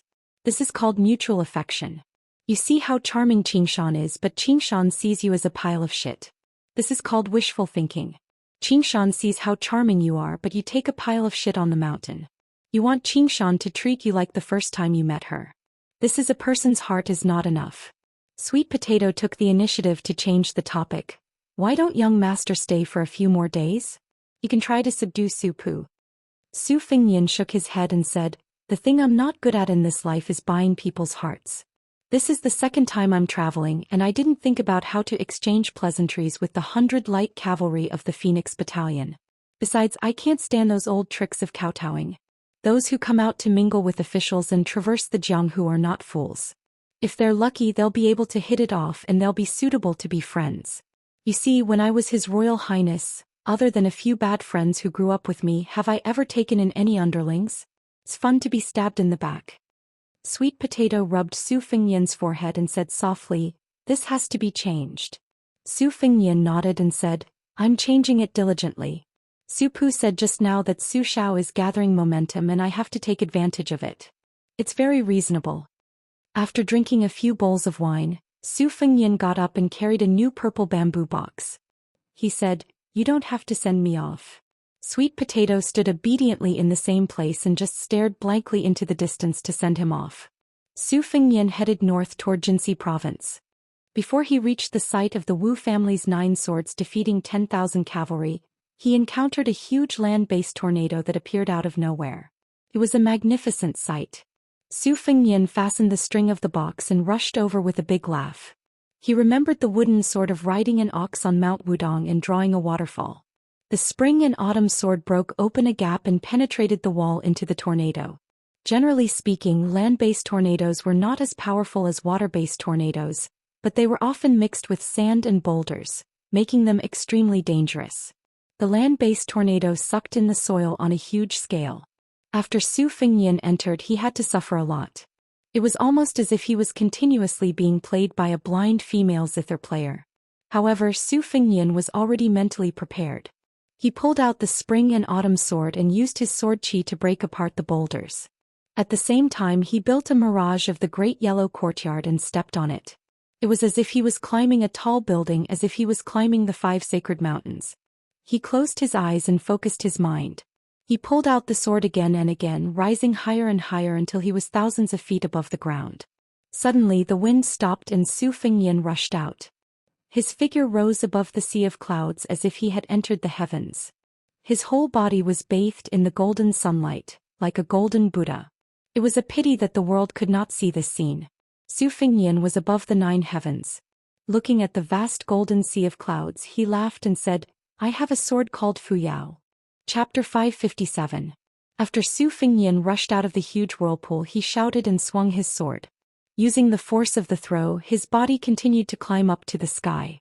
When he reached the highest point, he sat down cross-legged like a celestial sitting still at the heavenly gate, watching the clouds rise and fall. This was probably the most carefree scene in the mortal world. Su Fengyan looked up and saw a sea of clouds that stretched as far as the eye could see. After being in high spirits, his body fell straight down, breaking through the golden clouds that were bathed in the Buddha aura. In just a few breaths, the land whirlpool was already half a mile away. Su Fengyan finally stopped pretending to be a Buddha. With his mind directed, the morning dew flew out of his sleeves. Su Fengyan stretched out his limbs and tapped lightly on the flying sword with the tip of his toes, slightly slowing down the speed of his fall. If he took the lead to use the remaining flying swords that still needed to be guided by Qi, the momentum of his fall would be unstoppable. He repeatedly tapped on the flying swords to slow down the speed of his fall. When he was about 100 feet above the ground, Su Fengyan, who fell from the sea of clouds, suddenly pulled out the spring and autumn sword. The sword stirred up a gust of wind, and after 500 feet, the 11 flying swords flew out at the same time, forming a slanted staircase in the sky. He stepped on the sword step by step. At the same time, the abundant qi of the great yellow courtyard surged throughout his body. His headscarf and sleeves fluttered together, making him look like an immortal. The essence of the great yellow courtyard was that it could fill a granary with a single seed. Every time his qi stopped, he would be able to generate new qi, which allowed him to draw out the spring and autumn sword. If an ordinary Vajra realm expert fell like this, even if they didn't die, they would be heavily smashed into the ground and suffer internal injuries. Within 100 feet, Su Fengyan was already at his wits' end. He tried his best to raise his qi and almost instantly stomped on the ground, bending his legs to reduce the momentum. The dust on the ground flew up and Su Fengyan, who was still carrying a book box, rolled out, causing dust to splatter everywhere. Looking up at the sea of clouds in the sky, heavenly earth. After a few breaths, his qi was full. Su Fengyan took to his heels and rushed toward the land dragon that connected heaven and earth. Like before, he used the spring and autumn sword to split open a crack in the wall. After entering, he still chopped countless boulders with his sword, stepped on the rocks and floated up. Once again he rushed out of the dark and dim land dragon's mouth. This time, Su Fengyan did not hover above the sea of clouds like an immortal looking into the distance. He purposely inhaled and exhaled, and his body was sucked into the whirlpool. The spring and autumn sword continuously chopped. This time he was going against the flow downwards. The devil Luo Yang killed every immortal and Buddha she met. Dong Tai also said that Li Chuangong's way of swordsmanship was like meeting mountains and rivers. Su Fengyan did not believe that he could not chop a rootless land dragon. Although there were flying boulders like flying locusts and arrows, most of them were traceable. As he walked downwards, the boulders rolling on the jade plate became countless swift and fierce hidden weapons. Fortunately, Su Fengyan had personally experienced the dense killing caused by the blind lady Shuesongguan's zither controlling the raindrops. He walked to the middle of the land dragon with great difficulty. After taking a few breaths, he still felt that he could not withstand it. He gritted his teeth and held on for a while. Finally, he stopped joking around with his life. He turned around and flew out of the mouth of the pot before falling back down. It was as if he was once again in the situation outside the gate of Dunhuang where the 500 cavalry took turns to attack. During this time he was scraped by the debris until he was covered in blood. Fortunately, he was still able to raise his sword when he was thrown out of the pot for the third time. Since he had lost a lot of blood, he did not want to waste it. In this way, Su Fengyan followed the land tornado to the north. In the world, there were people who rode on horses or boats and drifted along with the tornado. It was not known if this was unprecedented. However, after entering Beimang in Flying Fox City, he heard that the Qilin immortal of the Daoist sect had once crossed a reed to reach the 13th peak, and Tuoba, who used the Arctic ice field as a place to temper his body and soul, had once stood on the whale-floating sea. Compared to these two, Su Fengyan was not too far behind. Everything has life and death. After the shabbily dressed Su Fengyan had cultivated 6 swords, he noticed that the tornado had begun to weaken. It was not as powerful as before, so he began to continuously slash at the air wall with his sword to accelerate the dissipation of the land tornado. After throwing out the tornado for the last time, Su Fengyan suddenly raised his qi and stood above the sea of clouds. He glanced at the setting sun in the west. The clouds and mist were purple, presenting a beautiful scene of purple smoke curling up in spirals. Su Fengyan was intoxicated. At that moment, a thought flashed across his mind. Had she, who was riding on a sword, seen such a scene before? Falling back to the human world, the spring and autumn sword was no longer as powerful as the original land tornado.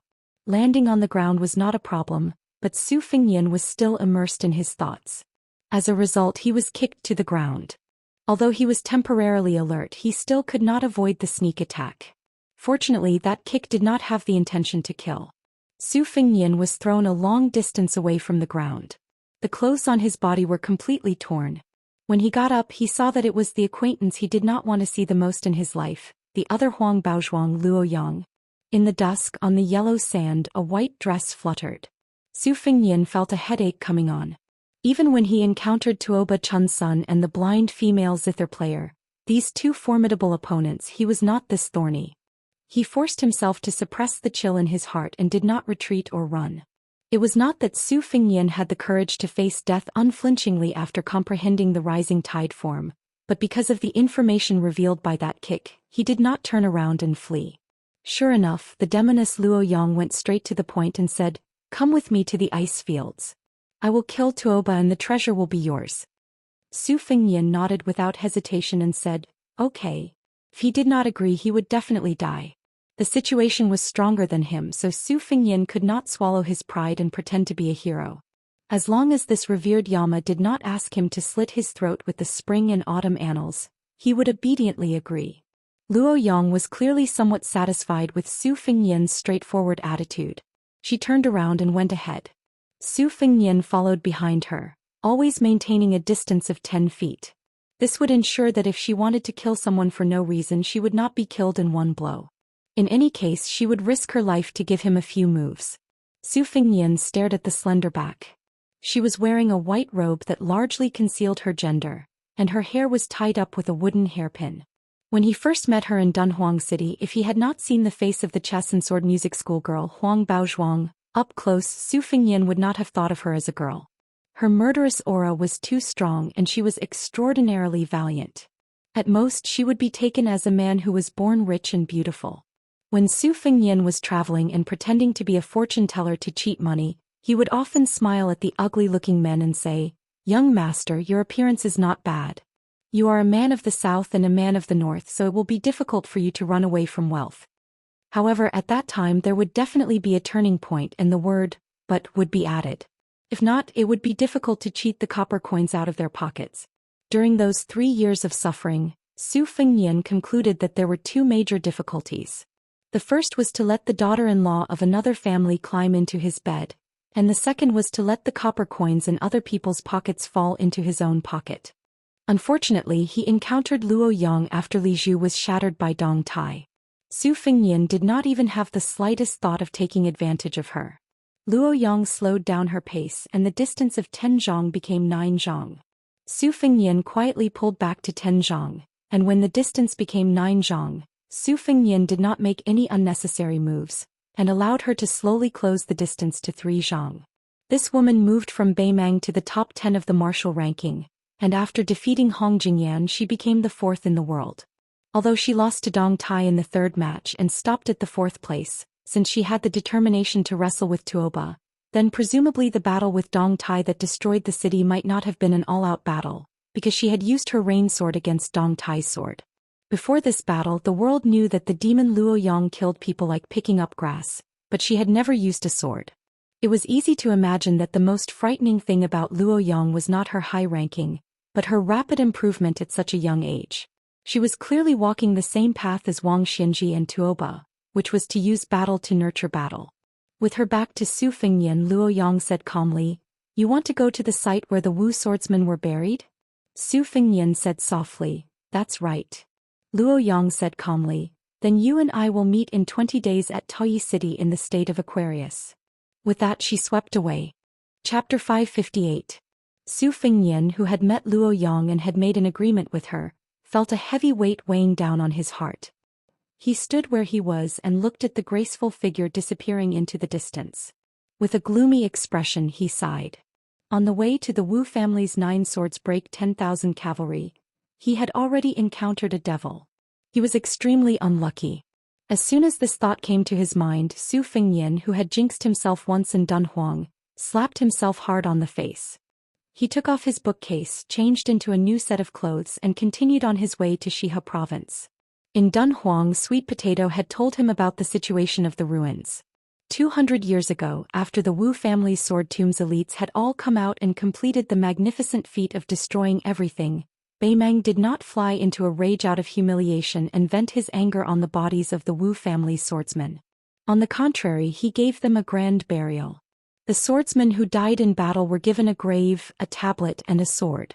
A few swordsmen who did not accompany him at that time entered Beimang one after another and built a hut to guard the tomb until they died of old age. Beimang, who specially stationed a team of armored cavalry at the battlefield, did not harm the swordsmen. After the swordsmen died, the descendants of the Wu family who guarded the tomb from generation to generation continued to take care of the tomb. This was a stark contrast to the Central Plains practice of digging up the coffins of their enemies and whipping their corpses. When the scholars and celebrities of the Central Plains talked about the customs of the two dynasties, they only said that the northern barbarians drank raw meat and blood and were despicable. Su Fengnian calculated the distance with his fingers. When he arrived at his destination in Shihe State, he found out that the ruins were located in a small basin with a radius of 3 to 4 miles. What made him not know whether to laugh or cry was that perhaps there were too many sword practitioners who came here because of its reputation. Around this sunken basin, there were stacks of stalls selling wine, tea, and fruits.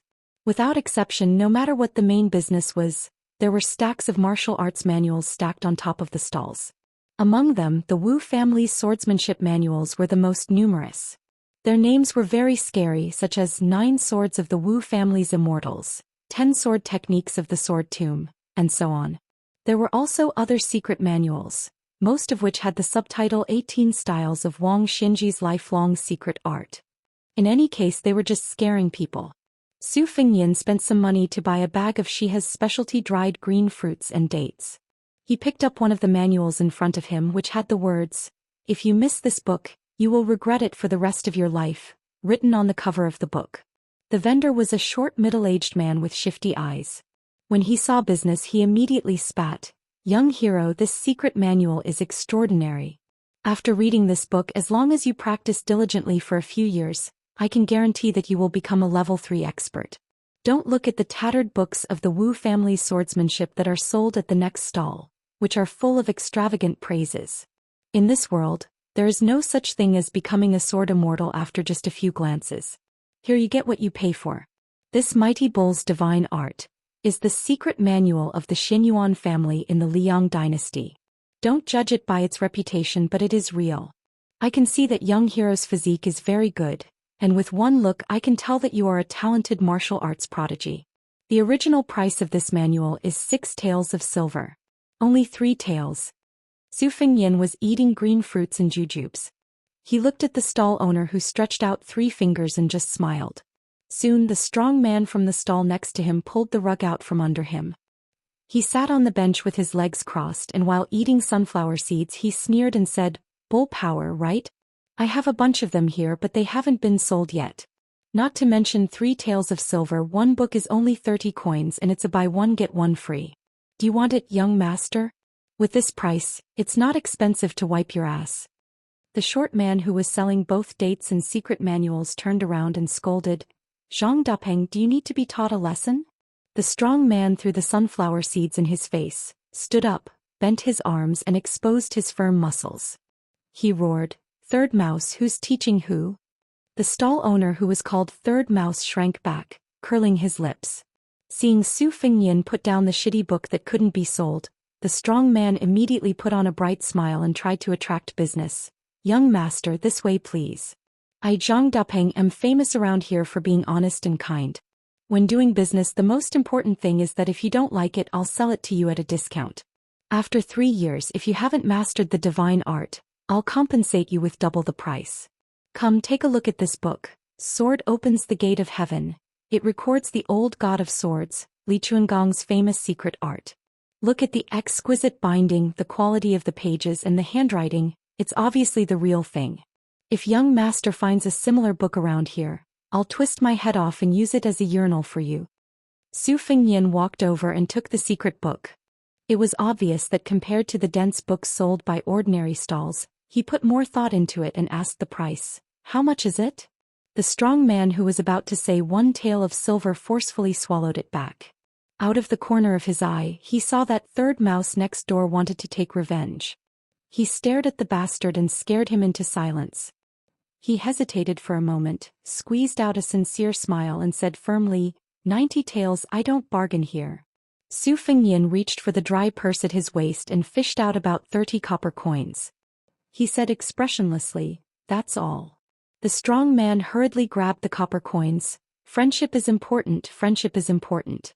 It's good that young master has the heart. 30 taels it is. Zhang Dapeng is not the kind of person who would be moved by money." Su Fengnian put the secret book into the box on his back. The stall owner, Zhang Dapeng, did not forget to flatter the young customer with a long sword on his back. "One look and I can tell that young master is a master of swordsmanship. Your future is immeasurable. If you amaze the world with a single brilliant feat in the future, don't forget to tell others about Zhang Dapeng's sword opens the sky gate. Su Fengyan nodded and smiled. Of course, of course. Zhang Dapeng saw that he was about to turn and leave, so he quickly dug out a handful of melon seeds from the bowl and said with a smile, "Young master, don't mind. These things can pass the time. Take your time and walk slowly. Maybe you can even pick up a few peerless secret books." The ruins were separated by a fence, and the stalls were built along the edge of the fence.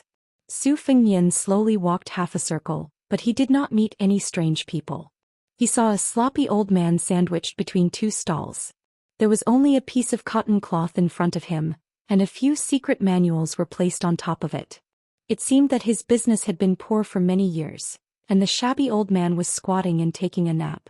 The two neighbors, one was selling wine and the other was selling tea.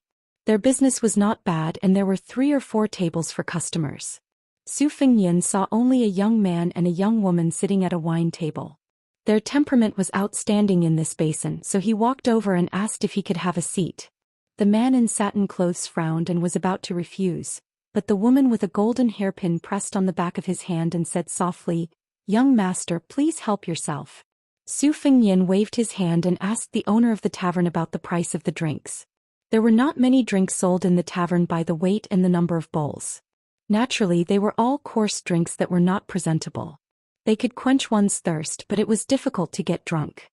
Su Fengyan ordered a bowl of white wine under the guise of Apricot Blossom Village.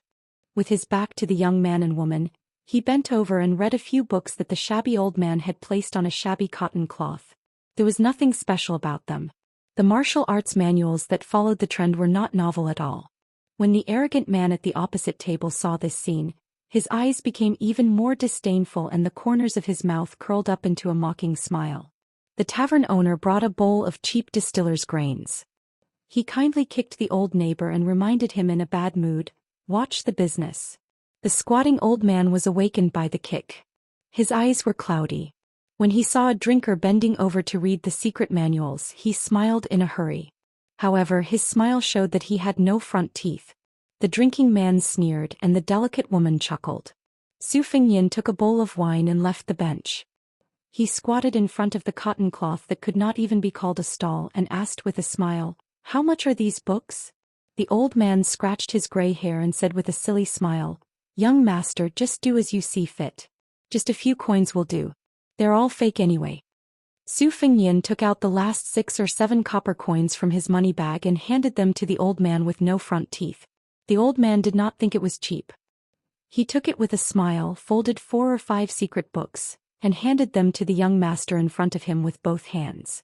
Seeing that he was so stingy, the man at the same table looked at him with disdain.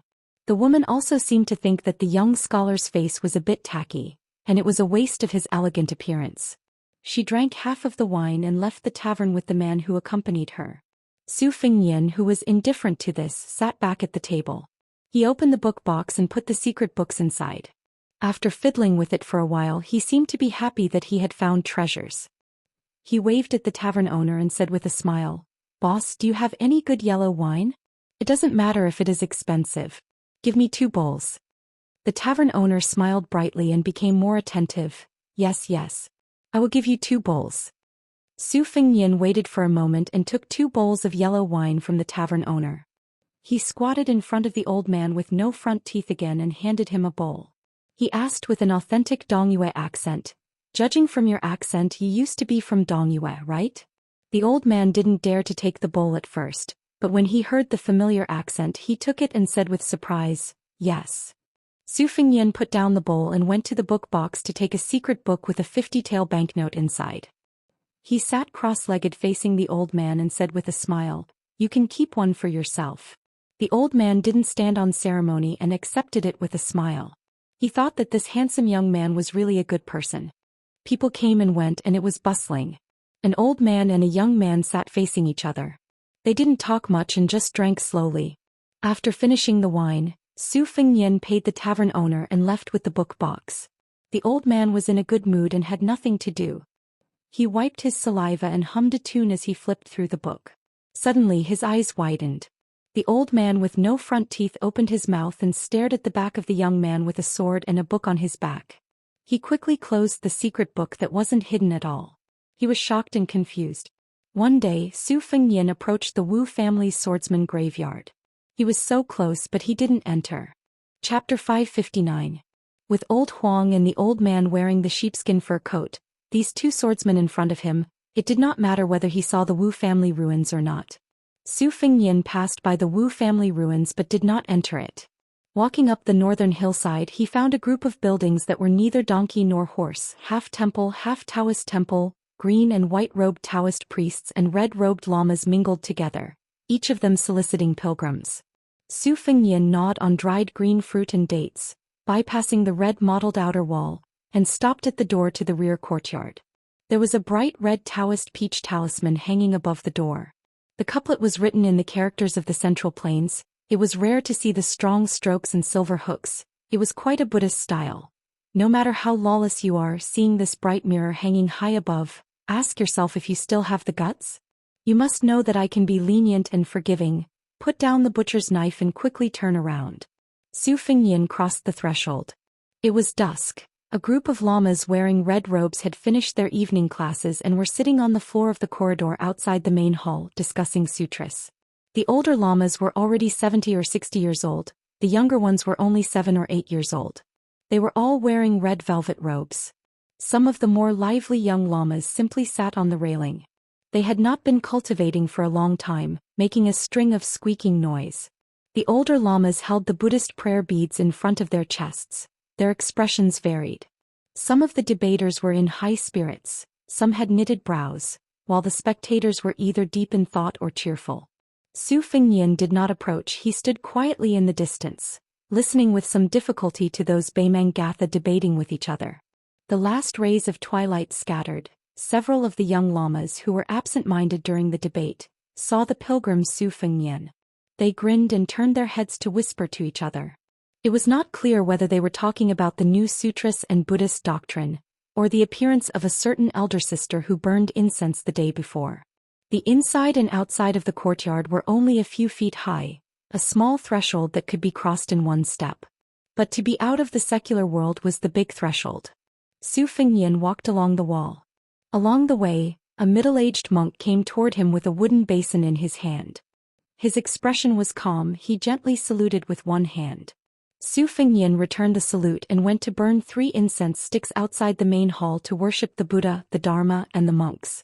For some reason he thought of the impending catastrophe of the 2 dynasties, as well as the dragon tree monks saying that one must have the Buddha's heart even without the Buddha's image and Buddhist scriptures. He sighed with emotion. Could an old monk of the 2 Zen temples withstand it? Su Fengnian shook his shoulders, tightened the belt and slightly hung the bookcase.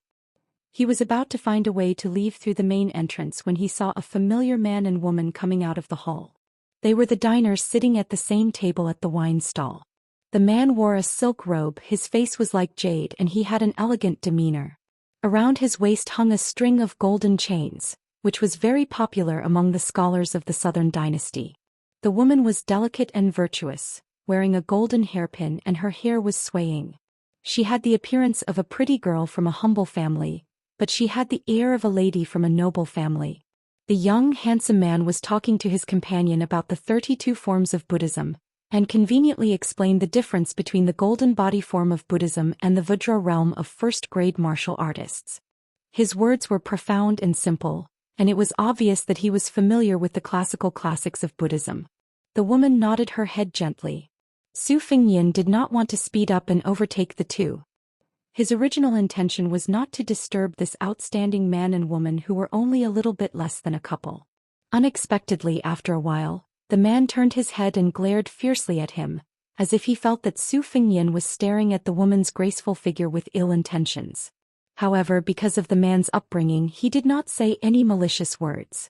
Su Fengnian could only stop and wait until they were far away before he continued forward. With his hearing, he heard the man angrily say, "My dynasty's dharma is already at the end of the world, and it should have been completely cleansed. Take these temples for example. If someone obstructs a monk from becoming a monk, even if you are the abbot, you will be cursed to be blind for generations to come. As a result, most of the monks in these temples are heretical liars who rely on Buddhism. If they don't do shady business, they don't understand what Dharma is. Buddhism is a pure land, so how can it be pure? They are a bunch of disgraceful things who deserve to be killed. The woman's temperament was gentle, her way of looking at human affairs seemed to be a lot gentler. She spoke softly, "Those lamas debating sutra are all very nice, they don't look like bad people. You deliberately offered them gold and silver, but they were unwilling to touch the money. Instead they gave you a sutra book." The man's finger flicked the jade bracelet on his waist. "Ding dong. Ding dong," he said with a scornful sneer. "The general trend is irresistible, 1 or 2 good monks are not enough." The woman dismissed it with a laugh. Although she had her doubts, she did not argue with him. From a distance, Su Fengyan saw them burning incense and praying to heaven in front of a cauldron. In order not to annoy them, he simply sat down on the steps, took down the bookcase and pretended to take a short break. Because the poor and pedantic old man selling secret manuals was missing his front teeth, Su Fengyan could not help but think of old Huang of Western Shu. It happened that it was this old swordsman who was the most unreasonable swordsman who taught Su Fengyan the most simple truth. This was probably the reason why the truth was always in a plain and quiet place. He remembered that on the way back to Beiliang after he parted with Wenhua before he met White Fox, the two of them were no longer in a difficult situation like they were in the past. They were still in a difficult situation, but after they became familiar with the rules, they also became familiar with the way. Even without old Huang's help, Su Fengyan could still steal chickens, touch dogs, roast sweet potatoes and weave straw sandals on his own. He would not starve to death, nor would he freeze to death. At that time, by chance, he saw a murder case caused by a fight over secret manuals from a distance. The secret manuals were very common, they could not even be called third-rate, but they still lost 5 or 6 lives. "Old Huang, I didn't know that secret manuals are so popular in Jianghu. My Tide Listening Pavilion has several tens of thousands of copies. Why don't we sell them all at a low price? Just treat it as a good thing, okay? Won't the whole Jianghu be deeply grateful to me? How many young and beautiful heroines will secretly throw flirtatious glances at me? Just thinking about it makes me feel good." Chapter 560. "Young master, you can't do that. Others don't know, but if I, Old Huang, heard that there were secret manuals for free when I was young, I would also have to abandon my martial arts. In the end, not many people in Jianghu would be willing to practice martial arts. Old Huang, other than raising horses, what else can you do? Besides, you don't even know how to read. It doesn't matter how many secret manuals I give you. If you don't recognize words, words won't recognize you. Blacksmithing, young master, you don't say. When I was in my early 20s, my front teeth were still there. Old Huang, I was also a famous handsome guy within 10 miles. At least I was the most handsome blacksmith. There was also a young lady who secretly sent me rice wine. She didn't look good, but was very perky. When I left home, I couldn't bear to drink it and buried it in the backyard. I thought that when I returned home, I would dig it out. It would definitely be fragrant. Only 1 jar. She could only be considered a daughter of an ordinary family. Even if she yearned for my handsome appearance, she couldn't send much. With your appearance, you were also handsome when you were young? Then wouldn't I be handsome to the heavens? Of course, I can't compare to young master. If young master was here, that jar of wine would have nothing to do with me. Enough, don't mention wine. Our throats are burning from walking. I'm dying of thirst. I know. Alright, Old Huang, how many years have you left home? Is that jar of rice wine still there? I can't remember how many years I've left home, but it should still be there. It's rice wine that can endure. It's different from the wine that young master used to drink in a glass cup. If young master has a chance to come to my house, I guarantee that you'll have a good drink. AI talking about wine again. I'm so worried. There's smoke in front. Let's go and ask for some water. As usual, the one who opens the door is a man. If it's a woman, I'll do it. Yes. Alright, Old Huang, you only have that jar of wine left. Are you really willing to share half of it with me? Why wouldn't I be willing? If young master thinks it's good, I'll give it all to him. If it were me, I definitely wouldn't be willing. At most, I'll share half with you. Young master is an honest person. I like it. Go go go, if you're a pretty girl, I'll like you. Sigh, it's a pity that I haven't married yet. If only I had a daughter. It's up to you. I don't like it either. Old Huang, don't even think about it. Don't look at me like that. That time he had bumped into a woman who had gone out to work.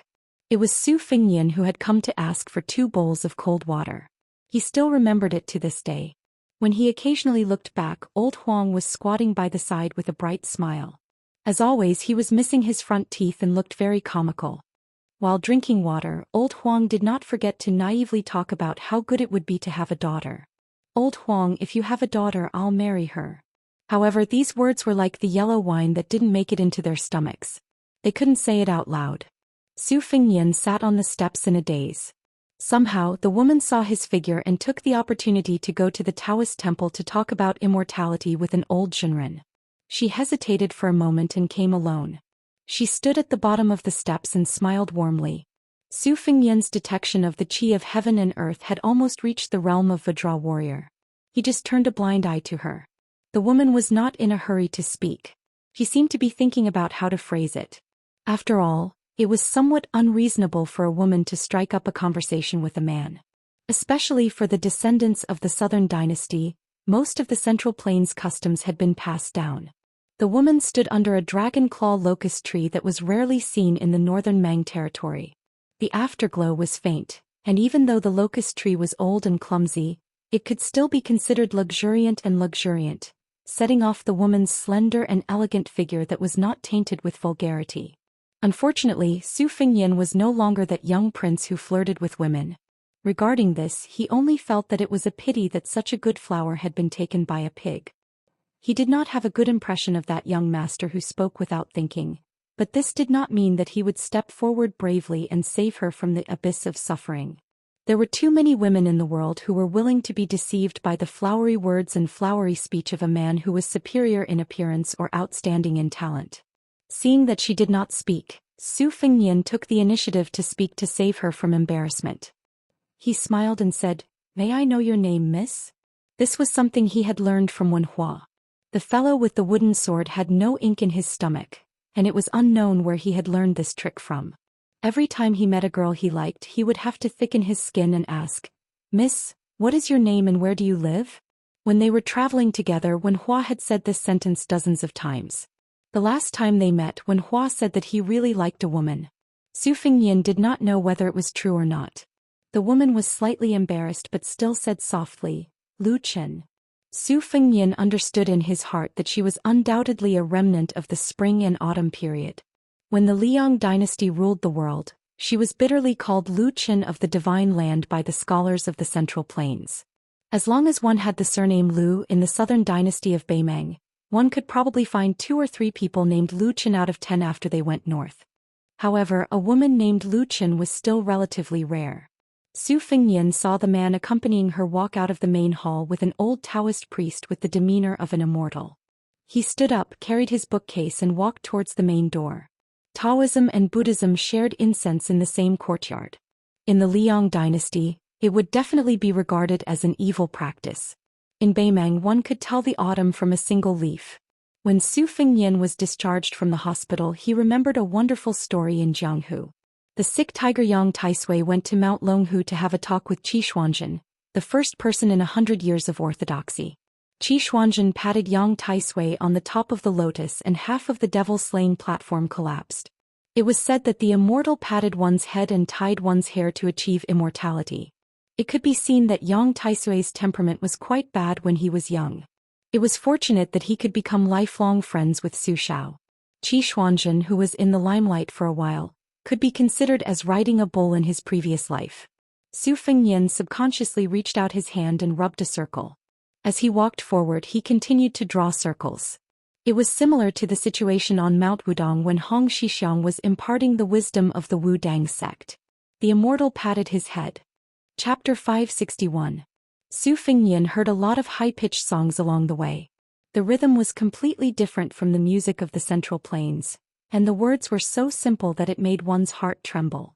There were aunts exhorting, young ladies looking forward to marriage, men quarrying stones and children crying. Usually, Su Fengnian would stop at this time and listen to these unsung songs from afar. He would only resume his journey towards the north when the song ended. He was not in a hurry because he only needed to reach Dei City in the Aquarius state in time. The earlier he got there, the earlier he would encounter the devil Luo Yang, and the more trouble it would cause. Along the way, Su Fengnian walked on a rough post route. Half a day later he even met the young man and woman who were traveling on horseback. After leaving the Wu family ruins, they had changed into clean and neat clothes. The man with the saber became more and more elegant, and the woman with the sword also became more and more valiant. Su Fengnian had entered the northern Mang and had already broken through that fine line. He had stepped into the initial stage of Vajra realm that the people of Jianghu yearned for even in their dreams. He could very well look down from above and examine the young wanderer's aura. He could generally confirm that the wanderer was at the threshold of the second or third rank. Based on the young master's age, he was a genuine and promising young man. Even if he encountered a group of 50 elite horse bandits, he would still be able to protect himself. Presumably, this was also the reason why he dared to leisurely travel the Lust Plateau with a woman. Although the northern Mang was chaotic, it wasn't to the point where anyone would leave a trail of corpses. From Su Fengnian's point of view, Beimang was becoming more and more like the spring and autumn period. Scholars gradually rose to power, and after there were more rules, not everyone had the right to run wild. When traveling north, if he did not draw the spring and autumn sword qi and roll the dragon wall, then he would use his bare hands to caress the roof. He was not that lonely. According to the Taoist scriptures, humans have 3 treasures: essence, qi, and spirit. Essence and spirit are physical objects, and spirit travel is a form of change. Therefore, it is possible to know about the state of ghosts and gods.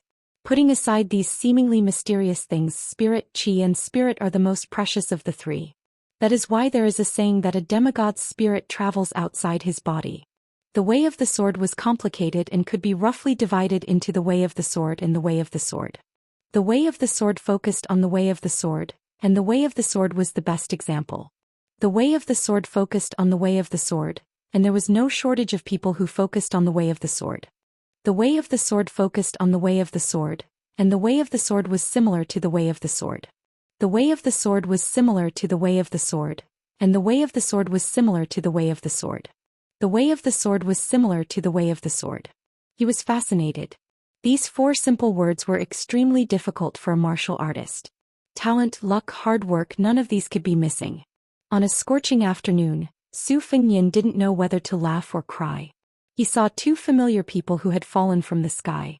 He didn't know if the man and woman were extremely unlucky as they bumped into a huge force that he couldn't tell if they were horse bandits or elite troops. Hundreds of people and horses were wearing leather armor, and each of them carried a standard weapon. It was also the fault of the pampered young master who didn't know how to appreciate human relationships. After being provoked by an elite armored leader, he pulled out his blade and completely destroyed the armored soldier's face. After charging and striking him down from the horse, he even added another blade. If it wasn't for the fact that the fish scale armor was better than normal leather armor, he would have been chopped to death. This angered the crowd. The grassland roaming hunting had always been utilitarian. They all swarmed up, arrows raining down, spears stabbing out, and started a dozen rounds of battle against the arrogant young master. If he had reached the second-level master realm, he would have been able to escape. Unfortunately, he had to protect himself and kill the enemy, and also had to worry about the safety of the girl.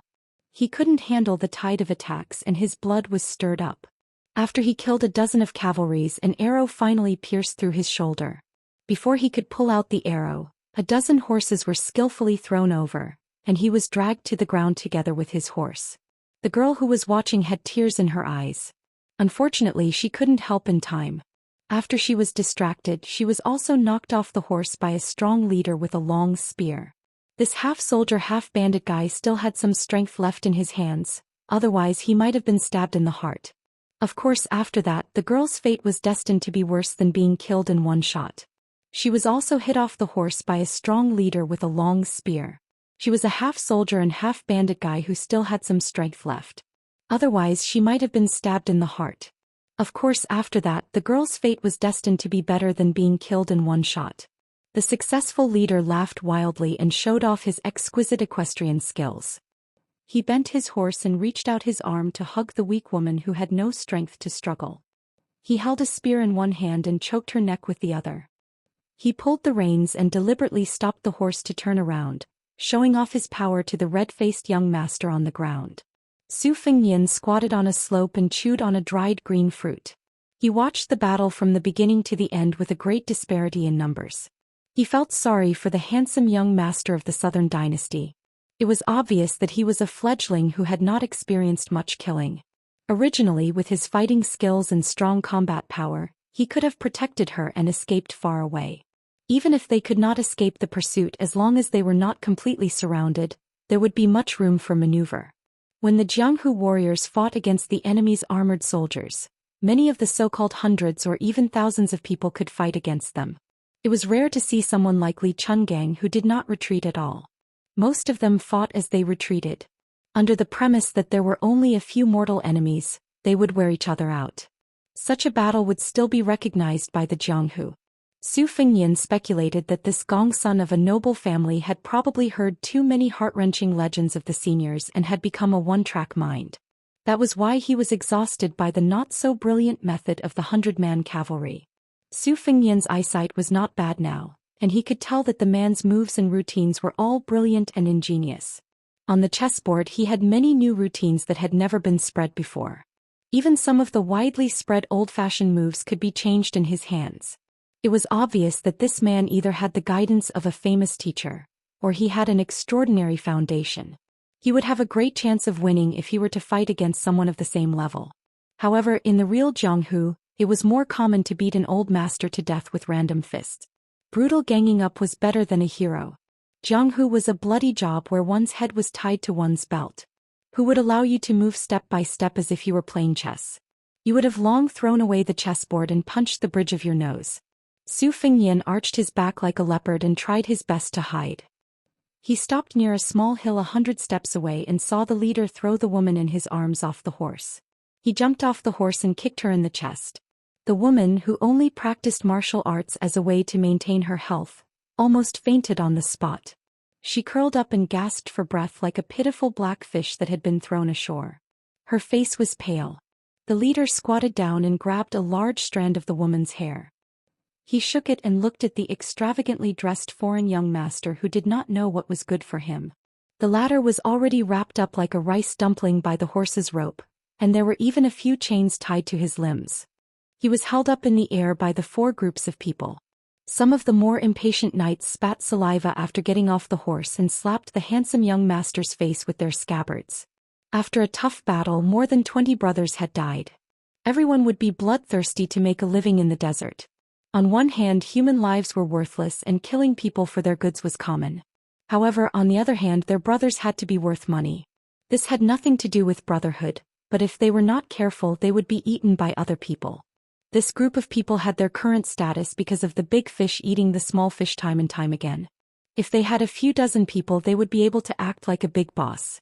If they had 100 people, even the imperial army would have a headache. If they had 8 or 1,000 people, then they would not be able to be horse bandits. They would just go to the imperial tent and get a general. This was the unwritten rule of the Shiha province. When they reached 300 people, they could openly go to the provincial capital where the festival edict was stationed. They could get whatever they wanted. In short, the number of brothers they brought was the same as the number of officials. These cavalrymen were typical Baimang people. Their hair was shaved and braided at the back of their heads. The brawny man in fish-scale armor turned his head and did not say anything.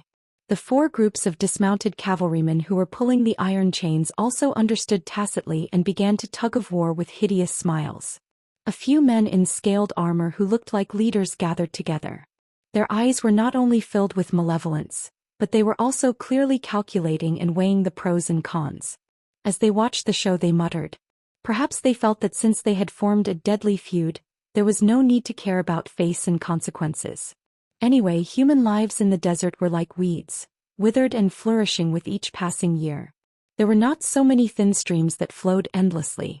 Regardless of the identity and background of this young master, they really did not believe that the big families of the Southern Dynasty would bring people to the Shiha province to seek revenge. There were 4 iron chains in 4 directions and there were a total of more than 20 people.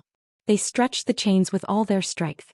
Fortunately, the young man who was about to die had a high-tier martial art, but he suffered even more unknowingly. One of the horse bandit leaders felt that it was not enough, so he ordered his subordinates to get on their horses and put another iron chain around the young man's neck. He was determined to tear the young man's body apart with 5 horses. The 5 horses pulled with all their might. The young man's eyes were red and his wrists and ankles were bleeding. Not to mention his weak neck, he let out a miserable roar like a dying beast. The only thing left in his body was his chi. The iron chains trembled like ripples in water, and it actually caused the 5 horses to take a few steps back. Suddenly the iron chains became as straight as spears, and the horses holding the chains immediately died. No one had expected this person to be so brave and fierce. The leader in fish scale armor vented his anger on the young woman. He threw her to the ground and handed her over to his subordinates to look after. He personally got on his horse and called for 4 of his strong subordinates to deal with this dying beast that could not be underestimated. The warhorse's hooves moved forward with great difficulty. Blood poured out from the young man's limbs and neck. If there were no accidents, the relatively weak neck would be torn apart first, followed by the arms and legs. However, these horse bandits were skilled at this. The cavalrymen in charge of pulling the 5 corpses were very particular about strength. They would tear off the young man's arms and legs first, leaving behind the neck and the remaining leg. Only then could this bloody feast be considered complete. Chapter 562. Compared to hanging corpses with spears and lances, this kind of method was even more vicious and horrifying. It was a method invented by the Northern Mang's border army. It was unknown how many Liang dynasty captives had died under these 5 horses. The only flaw was that the Northern Liang army loved to fight to the death. After the battle, there weren't many survivors. Moreover, there were many small-scale skirmishes that happened without warning, often between the 2 armies' most elite crossbowmen and horse stalls. The Northern Liang army always had the advantage. Therefore, a captured Northern Liang captive was more valuable than any beautiful woman in the Northern Mang royal court. Often they could be sold for a jaw-dropping price. For example, Tao Qianji, who had left the city behind, would kill a Northern Liang soldier every day. In the eyes of the Northern Mang officials and nobles, this kind of behavior wasn't killing people, but large amounts of gold. Beimang was even more disciplined. Killing a Beiliang soldier on the battlefield was a big crime after retirement. Just as the man was about to be torn apart, the 5 people on the horse died almost instantly without any obvious wounds. They just fell off the horse and died immediately. A few horse bandit leaders who were qualified to wear scale armor gathered their courage to take a closer look. They saw a small hole between the man's eyebrows, as if a small sharp object had pierced a hole. It was inexplicably strange. The people of Beimang were not divided into rich and poor. They all believed in Buddhism and fate. However, no matter how devout they were, they would not hesitate to kill people. However, when disaster came, even the most vicious people would hesitate, afraid that they would really annoy those dignified clay bodhisattvas. At this time, the 5 people died in a strange way beyond imagination. Even if it was not done by immortals, it was done in secret. More than 20 people were killed just to deal with a crown prince of the southern dynasty. The horse bandits came and went like the wind, so they immediately turned over and dismounted. A meticulous leader wearing scale armor wanted to secretly kill the man and woman without leaving any future trouble. But immediately, something pierced between his eyebrows, causing a trace of undetectable blood. As a result, no horse bandits dared to make a move. They all ran away in an instant. Men and horses had 6 legs, so they could escape quickly. The woman from the southern dynasty called Lu Chen did not know why. After a moment of absent-mindedness, she realized that she had survived a disaster. Crying, she got up and ran to the young man who was her family friend. She untied the iron chain with difficulty, especially his neck, which was badly mutilated and shocking. She felt incomparable pain just by looking at it. She suppressed her sobs and sat cross-legged beside him. She tore off her sleeve and bandaged a few wounds that exposed the bone. The woman was really made of water. Her tears did not stop. She softly called his name, Zhonggui, over and over again, afraid that he would die here. She did not have the courage to live alone. The journey back was thousands of miles. How could she, a weak woman who was more familiar with holding a sword than holding an embroidery needle, go back? Besides, if he died, what fun would there be for her to live? The young man who was lucky enough to walk back to the world of the living slowly took a breath. After exhaling a large mouthful of turbid air, he forced a smile and said with difficulty, "I won't die." Taking back his flying sword, Su Fengnian wanted to leave, but he saw a horse in the distance who was still looking at him. He had to be patient and stay where he was to ensure that he would see the Buddha through to the west. Once again he rode his sword out of his sleeve and assassinated the unlucky horse gang. He leaned close to the ground and listened. The horse gang finally accepted their fate and fled. Su Fengnian quietly stood up, carrying his bookcase, and was about to walk away.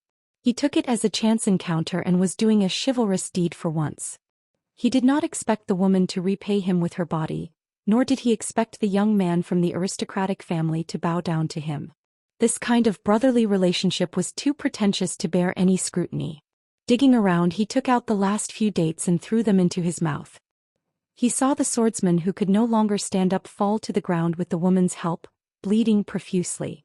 However, the woman was not skilled in treating external injuries, so she was helpless and could only choke with sobs. The man with a bright future naturally did not want to die in the wilderness. It was just that no one could help him. He sat on the ground, his face as ferocious as an evil spirit. It was unknown whether it was caused by the pain or the sadness of his past. The woman looked even more heartbroken and guilty. She regretted that on the way back he had tried to sleep in the same bed several times, but she refused because of her modesty. If she had known this would happen, she would have given him her virginity. Su Fengnian saw that after the arrogant man was beaten into the dust, his spirit began to slack again. He showed signs of dying if he was not treated in time. He frowned and had to walk out of the small mound. His figure appeared in the world and he had to pretend that he saw injustice on the road. He ran in small steps toward the man and woman, squeezing out a flawless face of fear and nervousness. The young man's eyes were already cloudy, but when he saw Su Fengnian he showed a touch of light. When he did not find any flaws, he returned to his deathly stillness. However, he gently put one hand on the iron chain. Su Fengnian squatted in front of them, took down the book box and turned his back to the man and woman who had survived the disaster. The man seemed to be thinking about something, but in the end he did not use the iron chain as a weapon to kill this kind-hearted passerby. Su Fengnian, who seemed to be oblivious to everything, hurriedly took out a porcelain bottle from the book box that he had brought from Dunhuang. It contained an ointment that was as black as ink. It was an ointment that could reconnect tendons, lengthen bones, and grow flesh. The ointment was like oil mixed with water, and it was very sticky. The mouth of the bottle was facing down and it did not pour out in torrents. It was just like the scene of water droplets sliding down a lotus leaf, slowly dripping down. The young man's eyes were cold as he looked at the black ointment dripping on the wounds on his hands and feet. It was cool to the bone and indescribably pleasant. Because he knew the goods, he was more shocked in his heart. How did this stranger, who could only spend a few coins to buy a fake secret manual, get this bottle of ointment that was worth 1 or 200 gold? Su Fengnian rolled up his sleeves and wiped the sweat on his forehead. He raised his head and smiled with a pained expression, as if he had just made up his mind after a great struggle. He handed the bottle to the woman called Lu Qin and said with a grimace, "This ointment is a secret ancestral recipe. 1 bottle can be sold for a lot of silver. Apply it 3 times a day in the morning, afternoon, and night. In less than half a day this young master will be healed. Oh right, I didn't have time to tell you my name at the Wu family's sword tomb. I'm Su Lang, also from the Southern Dynasty. I live in Lion Alley in Maple City." Su Fengnian obviously hesitated for a moment and then said in a low voice, "Not to mention the ointment, this handmade celestial globe porcelain bottle is also worth some silver." Lu Qin seemed to have heard a rather funny joke. She felt relieved and smiled through her tears. She wiped away the tears on her cheeks and said softly, "When young Master Zhong and I return, we'll definitely go to Maple City to visit young Master Su." When he heard the words young Master Zhong, that had exposed his identity, a trace of gloom flashed across Zhong Gray's face. However, he hid it well. He clenched the hand that had loosened the iron chain and tried to maintain a calm expression. He brushed his hand across his neck that had stopped the bleeding and said softly with a smile, "Of course I should thank young Master Su for saving my life." Su Fengnian continued to play the role of an ordinary scholar who was shrewd but not smart. He smiled and said, "You flatter me, you flatter me." Although Lu Qin was born in a noble family of the Southern Dynasty, there were a few elder brothers in the family who supported the heavy burden. It was not her turn to personally experience the storm. Her mind was relatively simple. Her knowledge of schemes was limited to the hearsay that was used as a joke by her elder brothers. Her experience was shallow and natural. She could not detect the subtle changes that Zhong Gui had made and could not see through Su Fengnian's untraceable disguise. To the children of wealthy families like Lu Qin and Zhong Gui, who were so honorable that they could become the honored guests of the Shihe State Festival Edict, they did not have to care about the schemes of ordinary people. However, today's unexpected disaster made her feel especially grateful. Su Fengnian asked, "Do you want me to escort you back?" Lu Qin wanted to nod and agree, but Zhong Gui shook his head and said, "No need." At this moment, the noble demeanor of the heir of a noble family was unmistakable. Lu Qin did not know the knack of it and only thought that Zhong Gui could not put down his face. Seeing that his eyes were firm and stubborn, she could not say anything more. Su Fengnian smiled and reluctantly glanced at the porcelain bottle in Lu Chen's hand before he stood up and bid farewell. Lu Chen had a good impression of this stranger's shallow pretense.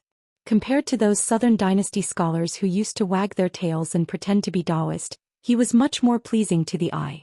She suddenly widened her eyes. She saw that the man carrying the booklet had just stood up and turned around when he was hit in the back by the iron chain that was like a straightened poisonous snake. He flew forward and fell to the ground without moving again. He was most likely dead. She turned her head and looked at Zhong Gui blankly, her eyes full of horror. Zhong Gui said coldly, "You can see that I am in dire straits. As for him, he does not have the fortune." Chapter 563. Lu Qin covered her mouth and was about to cry. Zhong Gui seemed to feel that her tone was too stiff and cold, so she changed her tone to a softer one. Ignoring the blood spurting from her neck due to the accumulation of power, she said gently, "This Su Lang of all times appeared when you and I were in trouble.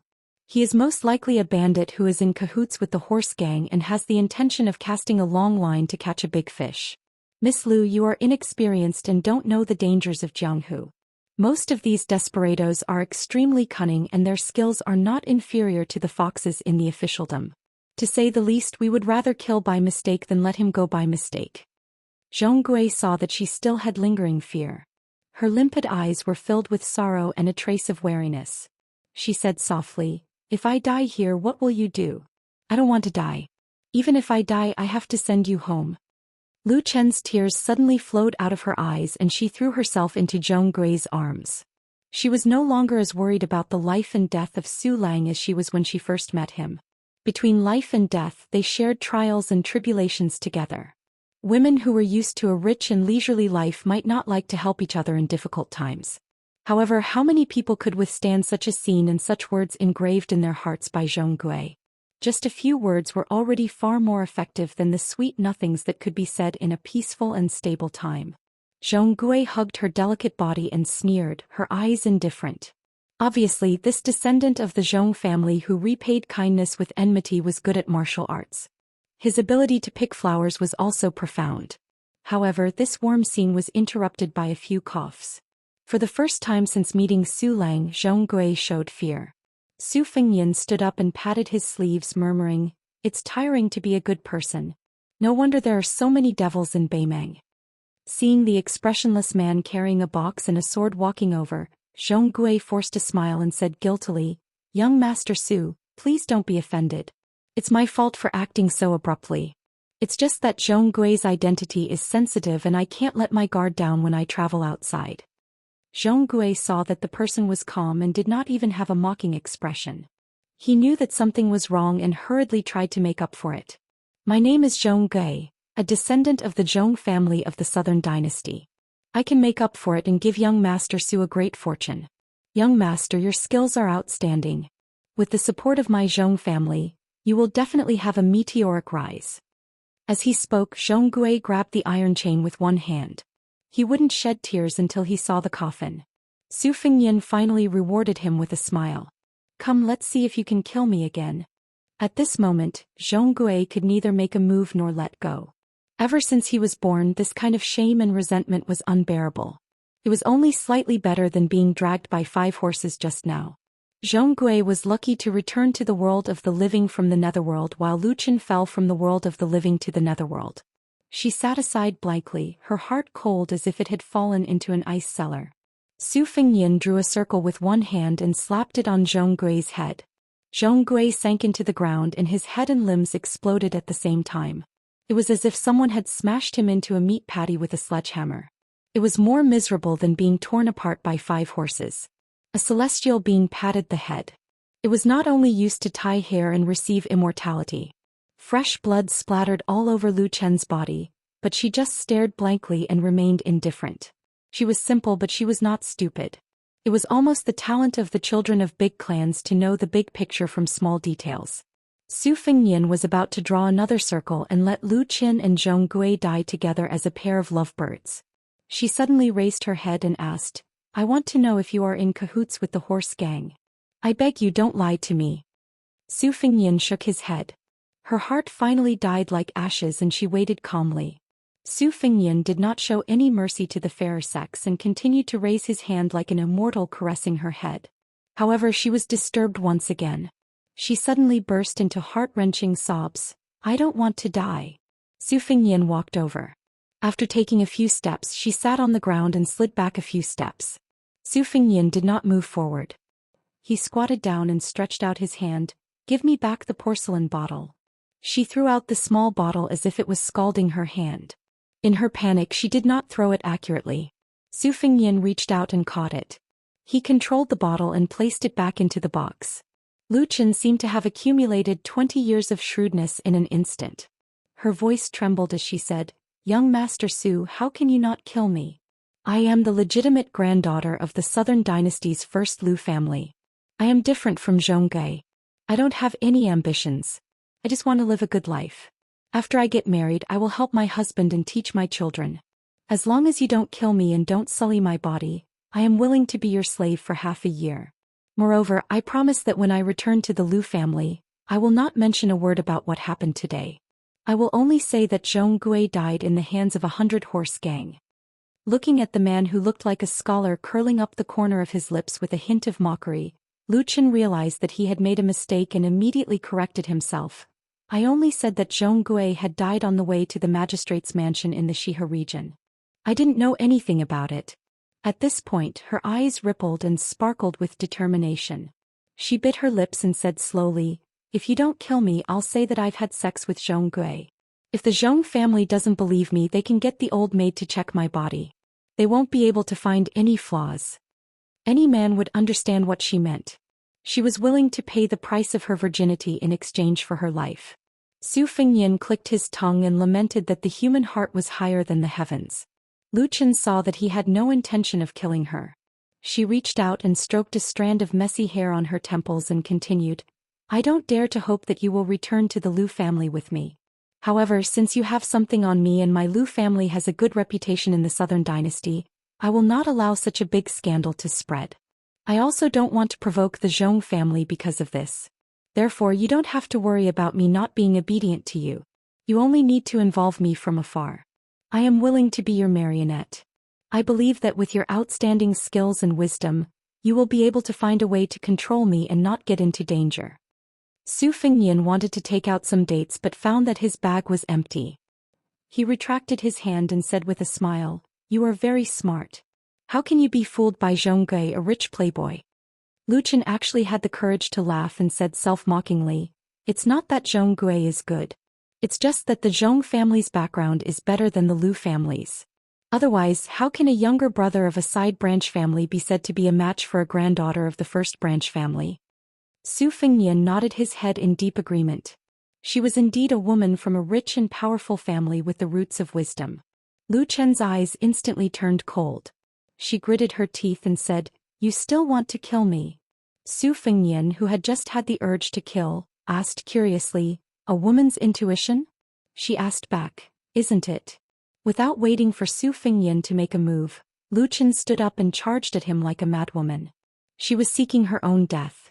She punched and kicked without any rhyme or reason and cried pitifully, "You bastard! Great demon! I'll fight it out with you." She nagged and scolded him as if she was beating him up. Over and over again she only used a few old-fashioned methods that didn't hurt him at all. Su Fengnian sent her flying with a slap. She was immediately stunned. He looked at the crazy woman who was covering her face and said, "Whether I kill you or not depends on your performance. Bury Zhonggui first and then follow me to the hinterland of Shihe region. I need you." Lu Chen's eyes lit up as if she had just been pardoned. She glanced at Zhong Gui's mangled corpse and laughed coldly. It's better if I don't collect the corpse. She immediately received another slap on her face.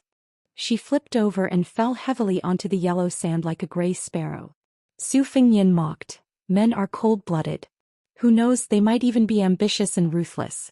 You're just a woman. Is it very likable for you to be so heartless? Lu Chen lowered her head. Both her cheeks had been slapped. She was frightened and meek as she said, I know I'm wrong. Su Fengnian used his Immortal touching the top to create a big pit, which he used as Zhong Gui's grave. He watched her move the pile of flesh and blood into the pit bit by bit. He asked her about the Zhong family and the Lu family. She answered him one by one without the slightest bit of falsehood. She asked carefully in between, was it young master who killed those horse gang? Su Fengnian didn't say anything. He just patiently watched her pick up the soil and cover it up. After filling it up, she didn't forget to jump and step on it to make it less obvious. After she calmed down, she tilted her head and asked, Zhong Gui, young master, do you think a cassia tree will grow here in the future? Su Fengnian scolded, you're sick in the head. The woman covered in blood curtsied and curtsied charmingly. She smiled and said, please save me, young master. Su Fengnian twitched the corner of his mouth. You're really sick in the head. You've lost your mind. There's no saving you. The woman stood alone on the grave. Her smiling face was sad but beautiful. Chapter 564. After burying the grandson of the Zhong family, Su Fengnian played with the string of golden bells he took from the corpse. When the wind blew, the bells jingled. He brought Lu Chen, who had somehow become a maid, to the center of Xia province. Not long after, they met another group of horse gang. There were more than 30 of them. Compared to the previous group of bandits, these horse gang were much more shabby. They did not have many standard weapons, not to mention the armor exclusive to military officers like fish-scale armor. The only bright spot was that the leader of the horse gang held a horse lance. It was a pity that it was so exquisite that it looked gaudy. The head of the lance was made of steel, the handle was made of red copper, and the body of the lance was painted red. Most importantly, it was tied with a bunch of sable-embroidered balls. After the spring and autumn war, the expensive and difficult-to-use horse lances were as rare as iron halberds. It could be said that people who raced them in their homes did not recognize them. Those who were used to using horse lances were often the children of aristocratic families who were skilled in martial arts.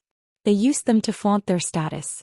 However, when it came to the real battlefield, when two armies fought, the normal soldiers would rush up when they saw such people in order to gain more merits. The children with lances would often be surrounded and become targets. They attracted more attention than those generals who wore bright armor. This was because the children of aristocratic families who loved horse lances were mostly inexperienced soldiers. When they fought, it was much easier for them to cut off their heads than the experienced military officers who knew how to protect themselves. Su Fengnian did not say anything and rushed forward to capture them. He beat them up a little and got the truth out of them. As expected, these horse gang were hired by Zhong Gui to put on a show. They wanted to use this to win Lu Chen's heart. They were really working hard for no one. Lu Chen saw that these horse gang were slaughtered cleanly. There was a strange look in her eyes. Su Fengnian picked 2 mounts and spurred them on. After traveling for 30 miles, he did not see any signs of human habitation. After pausing for a moment, he took out some water from his sack to clean his horse's nose. Lu Chen, who was wrapped in a headscarf, lifted a corner of her head, revealing her slightly dry cherry lips. She asked curiously, "Are you really called Su Lang? You should be at the Master Realm, right?" Su Fengnian did not reply. She asked again, "Are you trying to make an issue out of my identity? I've already told you before that Zhong Gui and I just left the group and took a detour. Now I'm the only one going to the magistrate's mansion in Xia province. Once my whereabouts are discovered, how will you explain it?" Lu Chen was not discouraged when he saw that the young man was still practicing his vow of silence. He asked, "Riding a horse and stopping every 30 miles, are you from Beiliang?" Su Fengnian was washing her horse. She didn't even raise her head. She left, put away the water bag, mounted the horse and continued to move forward. The stubborn Lu Chen struggled to keep up with him and kept pace with him. She tilted her head and stared at the young man who was shrouded in mist like an infatuated woman looking at her lover. Su Fengnian finally spoke. "I changed my mind. I'll leave after I send you to a safe place." Lu Chen's eyes were unfocused. Su Fengyan mocked. Just a moment ago, you were so desperate that you wanted to be buried with Zhong. How come you're not even willing to collect her corpse in the blink of an eye?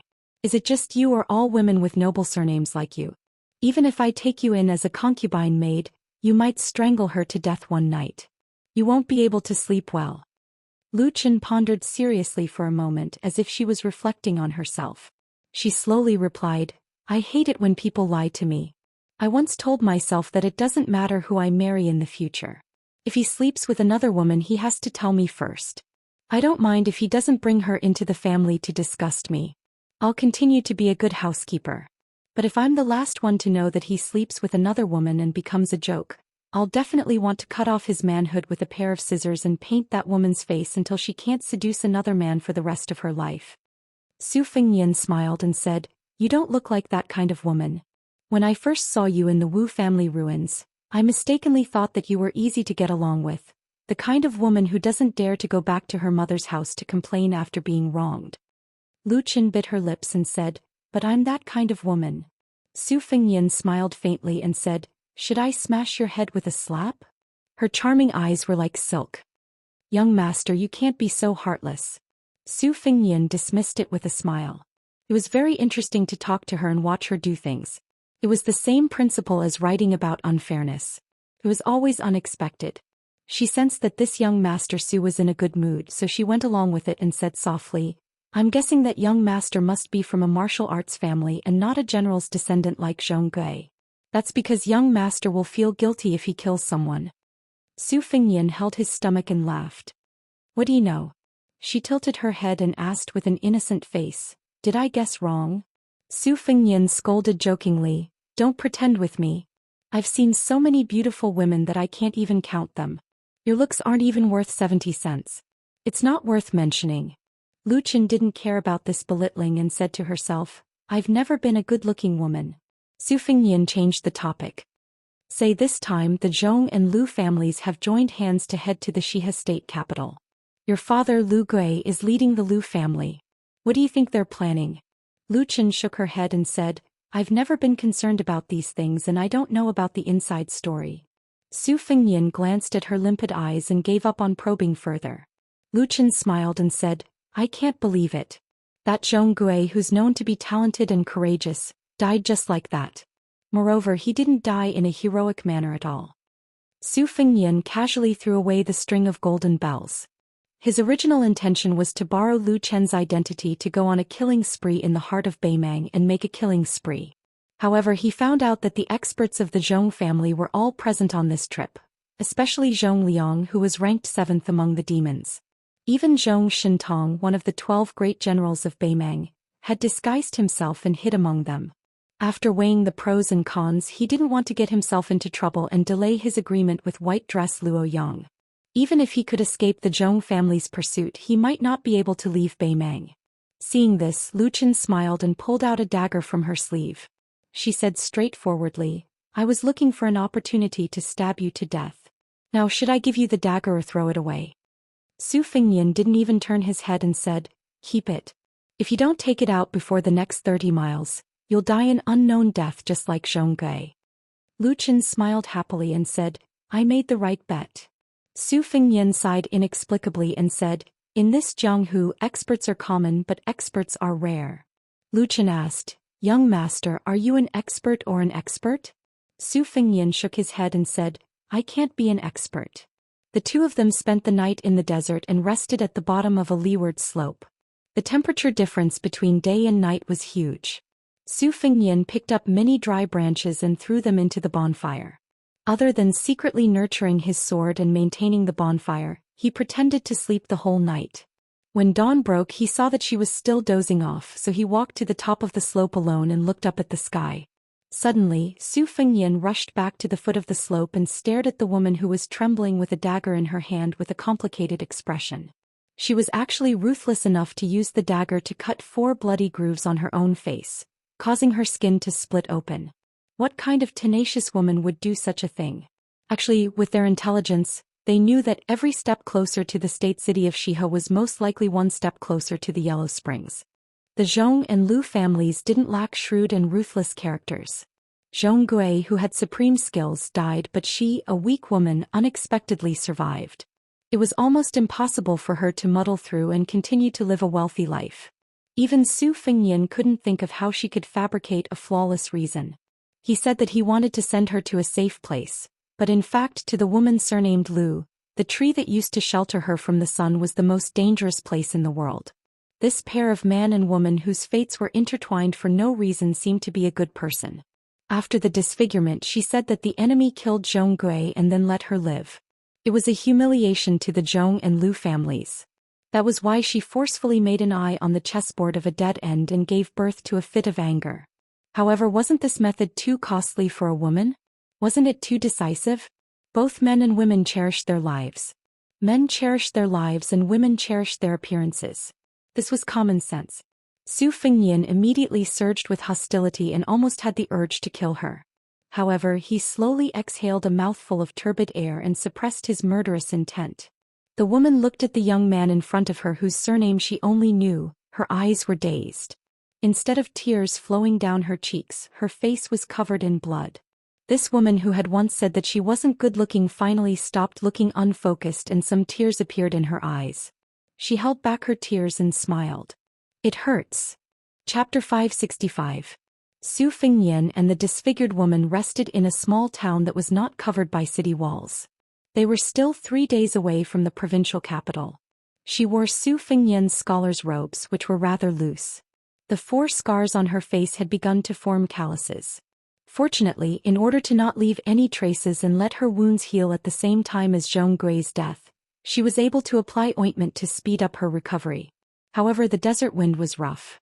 After being brushed by her face, even with a headscarf covering her face that was no longer delicate, she was often badly mutilated.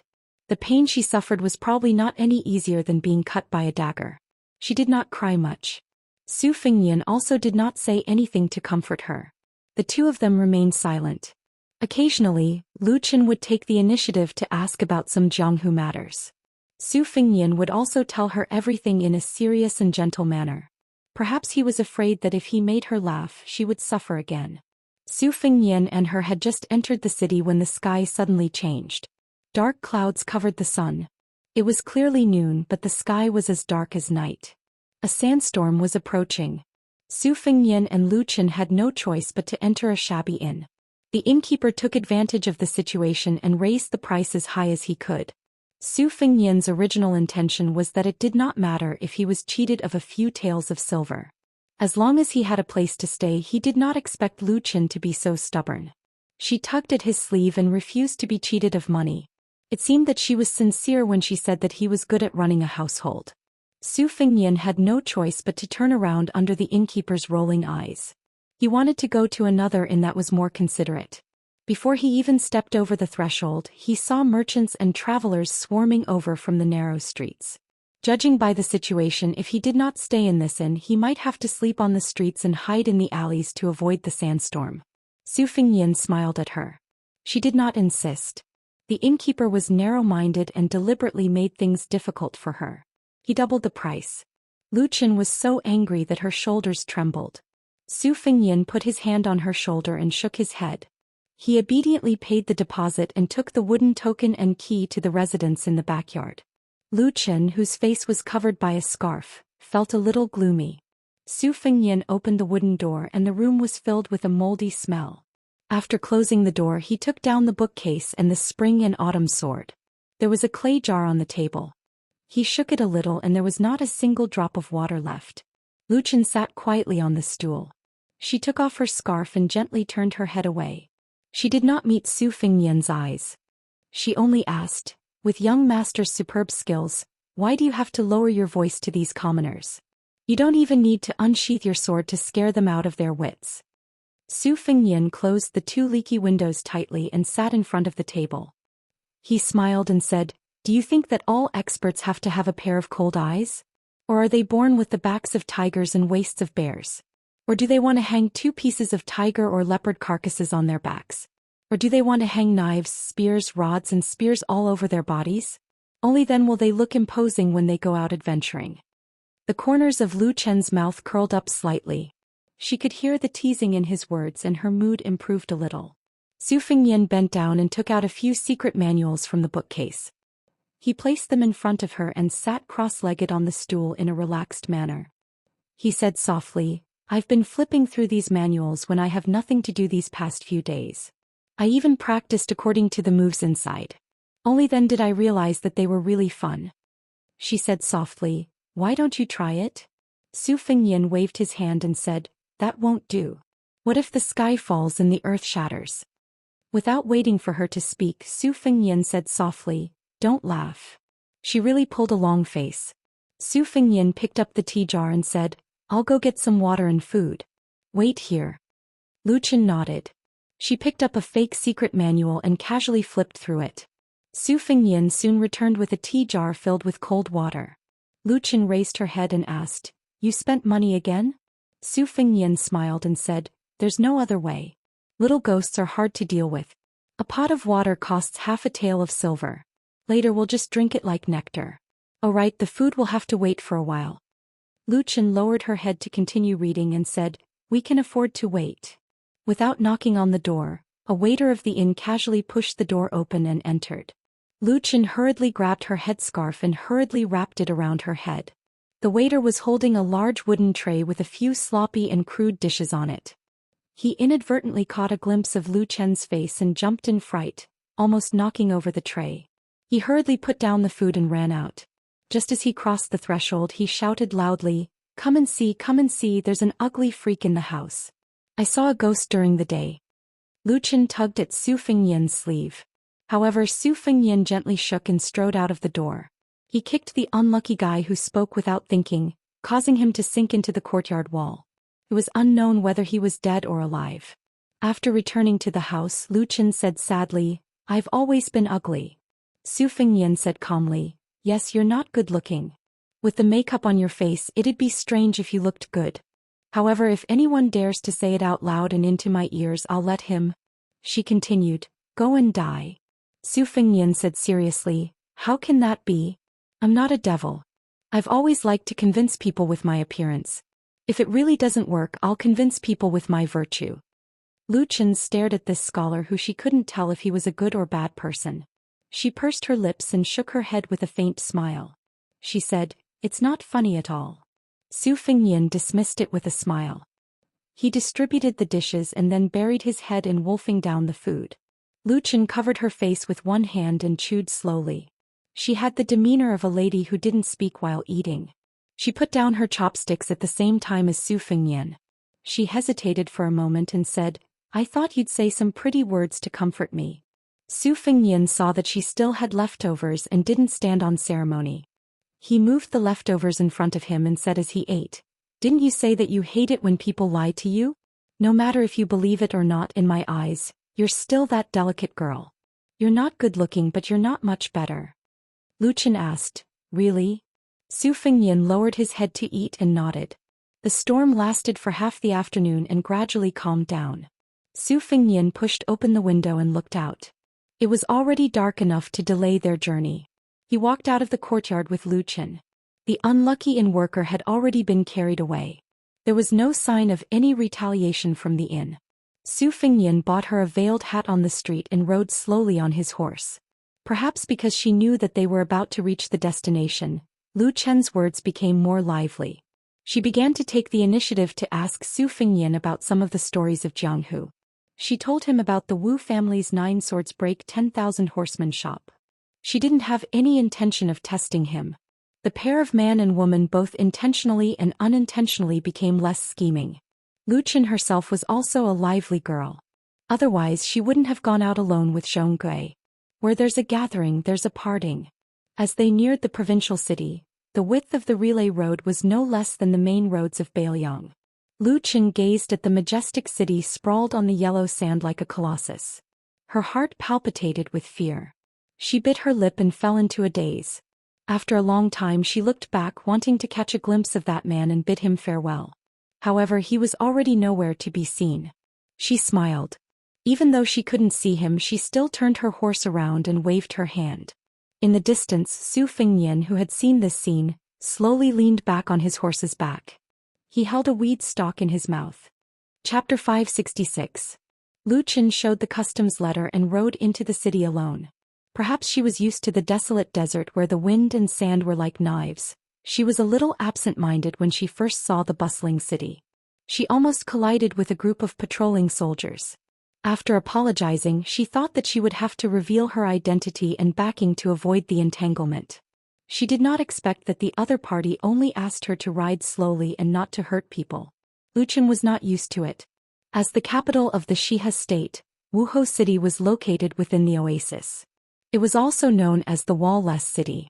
Due to the fact that Helian Wei was confident in his military strength, he declared that even if the Liang dynasty had the guts to attack the Xia state, he did not need to use the city walls to resist the enemy. In the southern dynasty, Lu Qin had also heard of the valiance and battle prowess of the soldiers in Wuhou City. If it was said that Murong Baoding, who had made it onto the martial arts rankings in Orange Province, had single-handedly stolen the glory of one of the provinces, then Xia Province had been split between two armies. One of them was the Kung Bijuan of the Wuhou Martial Marquis, whose battle prowess was second only to the Imperial Guards and the Tuoba God of War's Beijing army. Lu Qin had originally thought that with such a strong battle prowess, the soldiers in the city would inevitably be arrogant and willful. Thus, she did not think too deeply about the strange phenomenon and headed towards the Spring of Joy. Beside the spring was the Thunder Temple.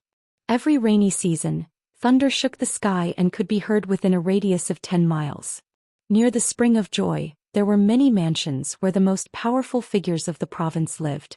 After the remnants of the spring and autumn period fled to the north, only the northerners lived in the north while the south was gradually handed over to the big clans of the southern dynasty. The boundaries were clearly defined. However, the Zhong family owned a private mansion in the north of the Spring of Joy. It was only because they were able to live in the north that the south was gradually handed over to the big clans of the southern dynasty. Although the Lu family was a big surname, they were only able to live in the north of the Spring of Joy because of their glory. Lu Qin had just approached the Spring of Joy when a luxurious carriage hung with silk bells came towards her. The 100 thin jade bells were naturally far more pleasant than camel bells. Compared to him, Lu Qin was really like a firefly's light. How could the light of a firefly compare to the light of the sun and the moon? In the Liang dynasty, there were as many military officers as there were hairs on a cow. They could only command 300 to 400 soldiers and had to be controlled by others. In Beimang, it was 100 times more expensive, especially the military officer of a military town at the border. He could be considered to have taken a big step forward. Moreover, Zhong Tan was still young and well-versed in both the pen and the sword. His literary talent was appreciated by the Empress and he was a rare scholar in Beimang. Zhong Tan's temperament was boorish, but he liked to wear scholarly clothes and was not pretentious. He was on good terms with Dong Zhuo. Back then it was he who led the 3,000 Jingalong cavalry to kill Chen Jibao who had crossed the border. It would be strange if such a person did not have a meteoric rise in power. However, every time Lu Qin saw the smiling Zhong Tan, she would feel uncomfortable and fearful from the bottom of her heart. She could not pinpoint why she did not like this person's way. She could only explain herself. The military officer of the Liang dynasty was a military officer of the Imperial Examination, a military officer of the Imperial Palace. In Beimang, the first military officer of Beimang. Immortal was a military officer of the Imperial Examination, a military officer of the Imperial Palace officer. His Empress was Imperial and had the Imperials, the Imperial of the Imperial to the Imperial. The Imperial was. The Lu Zhou Imperial was that of the Imperial S Imperial Conan, S Imperials the Imperial of the Imperial was the of the Imperial for the of in the. Lu Qin was originally half a daughter-in-law of the Zhong family in name. Sitting in the same carriage as Zhong Tan was not considered to be against the customs. Moreover, with the prestige of both the Zhong and Lu families, there was no need for them to be bothered by those gossips. There was an ice pot in the carriage. In a place like this, one tael of ice was one tael of gold. Neither the rich nor the noble could afford it. There was an average-looking maidservant sitting quietly by the side. She did not seem to be attending to the Zhong family's heir. Zhong Tan took out a pair of silver pliers and picked up a piece of ice for Lu Qin and the maidservant. Lu Chen shook her head and declined politely. The maidservant, however, did not know the rules and accepted the ice pot with a slight crunching sound. She seemed to have sensed that there were outsiders around and it was inappropriate. She quickly covered her mouth to reduce the noise. Zhou Xian was tall and slender with long arms like an ape. He bent down to lift the curtain of the carriage and draped it over his shoulders so that Lu Chen could enjoy the scenery of the Spring of Joy. There was a wide bluestone path by the side of the spring, nestled in the shade of the trees. The western region was filled with sandstorms and the sun was scorching. The wind and sand were stirred up. However, if one were to hide under the shade of the trees, one would be able to cool down very quickly. It was unlike Jiangnan where it was stuffy and hot and there was nowhere to hide. Zhou Xian looked at Lu Chen and said softly, "Miss Lu, I'm sorry that you've been wronged."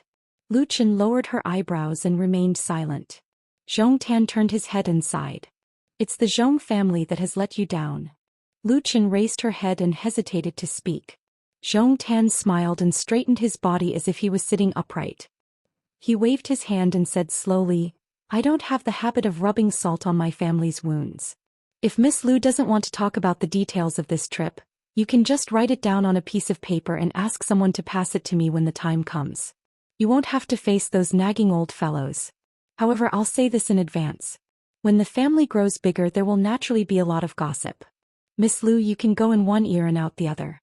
I'll also inform the elders in the family and treat it as if the Zhou family never gave the Lu family any letter of engagement. We won't taint Miss Lu's innocent reputation. Zhou Xian can guarantee that when Miss Lu has a happy marriage of 100 years, the Zhou family will not hesitate to come and congratulate you." Lu Chen raised her head and looked directly at the future head of the Zhou family. Her eyes were resolute as she said, "I was born as the daughter-in-law of the Zhou family and will die as a ghost of the Zhou family. I'm willing to be a widow for the Zhou family. When I see my father, I'll persuade him to allow a ghost marriage." Zhou Xian looked out of the window, his brows tightly knitted. Lu Chen's tone was bleak as she said, "This is Lu Chen's life. I can't escape it." When they arrived at the Zhou family's mansion, Zhou Xian got off the carriage first. He stood by her side and personally escorted her down the carriage. In the eyes of many people at the door who had spent their entire lives studying people's hearts, it was destined that they would have a different feeling in their hearts. Zhou Xian walked her to the E-gate. He did not cross the threshold, saying that he was going out of the city to burn incense at the Thunder Monastery. After bidding farewell to Lu Chen, he returned to the carriage. The maidservant smiled without the slightest bit of flattery, as if she had met a long-time friend. Zhou Xian was also accustomed to this. She held a piece of ice in her mouth and puffed out her cheeks. She asked in a soft and vague voice, "Won't the Zhou family be disgusted by you excusing Lu Chen like this and pulling her out of the whirlpool? It's just that you've provoked her to marry into the Zhou family, forcing Zhou Gui's family to not leave. Be careful not to pick up a sesame seed and lose a watermelon." Zhou Xian sat cross-legged with a leisurely expression. He chuckled softly and said, "I'm not curious about how Zhou Gui died and who killed him. The Zhou family has too many enemies." Lu Chen was humiliated and returned. "For a woman, this is already the limit. If I continue to provoke her, not only will she collapse, I'm afraid the Lu family will also be angry. Marriage between the Zhou and Lu families is the general trend. Since I was born as the eldest son, I must have a long-term vision." Lu Chen's determination to marry into the underworld and live as a widow shows that she is not a short-sighted woman. Such an interesting woman should not be destroyed in Shihe Prefecture. It's only right for me to help her block some of the wind and rain. The maidservant clamped the piece of ice with one hand and held it in the air with the other, afraid that it would fall. Zhou Xian lowered his head and bit into the ice, chewing it in big mouthfuls. She put down the silver clamp and said, "A woman's thoughts are fickle. This relationship may not be enough to make her stand on your side in the future." Zhou Xian said indifferently, "She's not the kind of person who knows her place. She'll definitely stir up trouble in the future. I'll just continue to protect her." She suddenly covered her mouth and laughed. "Actually, as long as you take her body, everything will be settled." Zhou Xian said with an aggrieved face, "I'm afraid of ghosts." She kicked Zhou Xian lightly. Zhou Xian laughed and said, "You're much prettier than her." She sighed. "Lu Chen can be considered to have survived." Zhou Xian clicked his tongue and said, "Does this count as me doing a good deed every day?" When we reach the Thunder Rolls temple later, I'll have the confidence to burn incense. A storm that could overturn an ordinary person was blown away by a gentle breath from some people. Chapter 567. Outside the city, about 3 li away from the city, Su Fengyan rode his horse on the road that was filled with pedestrians. He deliberately restrained his chi so that his fata morgana was gone. He was sweating profusely like a normal person. Su Fengyan was not in a hurry to enter the city. There were trees on both sides of the road, but there were rules and regulations. The watermelon farmers who sold watermelons did not dare to approach the road. They only set up their tents 20 steps away from the road to sell their watermelons. Su Fengyan dismounted his horse and led it out of the road. He walked on the gravel road. Merchants and travelers often haggled. Those who were good at haggling could bargain from 50 copper coins to 10 copper coins for a caddy of watermelons. Su Fengyan led his horse slowly and saw a robust old farmer who had erected a wooden board in front of his stall. Su Fengyan looked at the suntanned watermelon farmer. The latter, who was squatting on the ground, also looked at him. The latter seemed to have noticed that Su Fengyan's money pouch was not empty. He grinned and said, "Young master, pick one? If it's not tasty, I don't want a single copper coin from you." Su Fengyan, who had wanted to continue forward, stopped and joked, "Even if it's tasty, if I say it's not tasty, will you still take my money?" The old farmer's eyes were not like those of the unruly people. He said, "I still won't take your money." Su Fengyan let go of the reins and squatted down. There was a pile of watermelons, but he did not know where to start. "Uncle, help me pick one." The old farmer brought over a small stool for Su Fengyan. He knocked on the watermelons and put them down. Then he picked a watermelon that was not small. It was about 7 to 8 caddies. He skillfully smashed it with his fist. The watermelon was brittle and roughly split in half. He handed it to Su Fengyan. Su Fengyan opened the watermelon and asked while eating, "This watermelon is not cheap." The old farmer smiled and said, "Other places can also lower the price to 10 copper coins for a caddy. But my watermelon field is good and the melons are sweet. Young master, take a look. My melons here are more than 5 caddies. Some of the bigger ones are more than 10 caddies. In fact, no matter how I sell them, it's not expensive. If you have shallow eyes and only pick the big ones, a caddy of melons won't even be 10 copper coins. But in my opinion, 7 to 8 caddies are the best. They are about 12 or 13 copper coins. A caddy. My family also has some business to make money. I don't want to rely on this to make a fortune. Also, I don't want to have a dirty relationship with the nearby melon farmers who only rely on selling melons to make a living for a few copper coins. It's not easy for people to go out into the world. It's enough to have enough to eat and wear." Su Fengyan did not expect the old farmer to be so talkative. He smiled and said, "No wonder old brother has such spirit. Turns out that you have a big heart."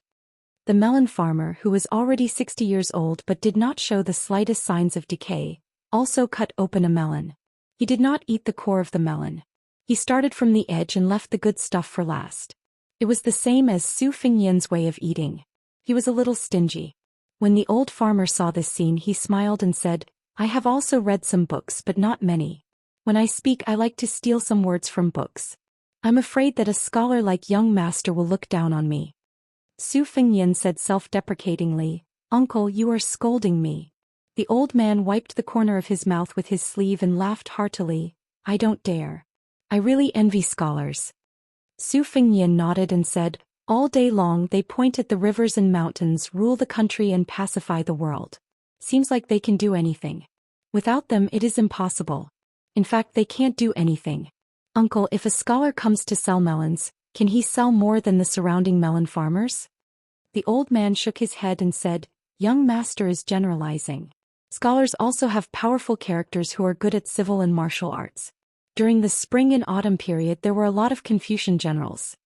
As if he was afraid that his words would annoy the young master and that Su Fengyan would not pay, the old melon farmer said with a smile, "Scholars have a scholar's work.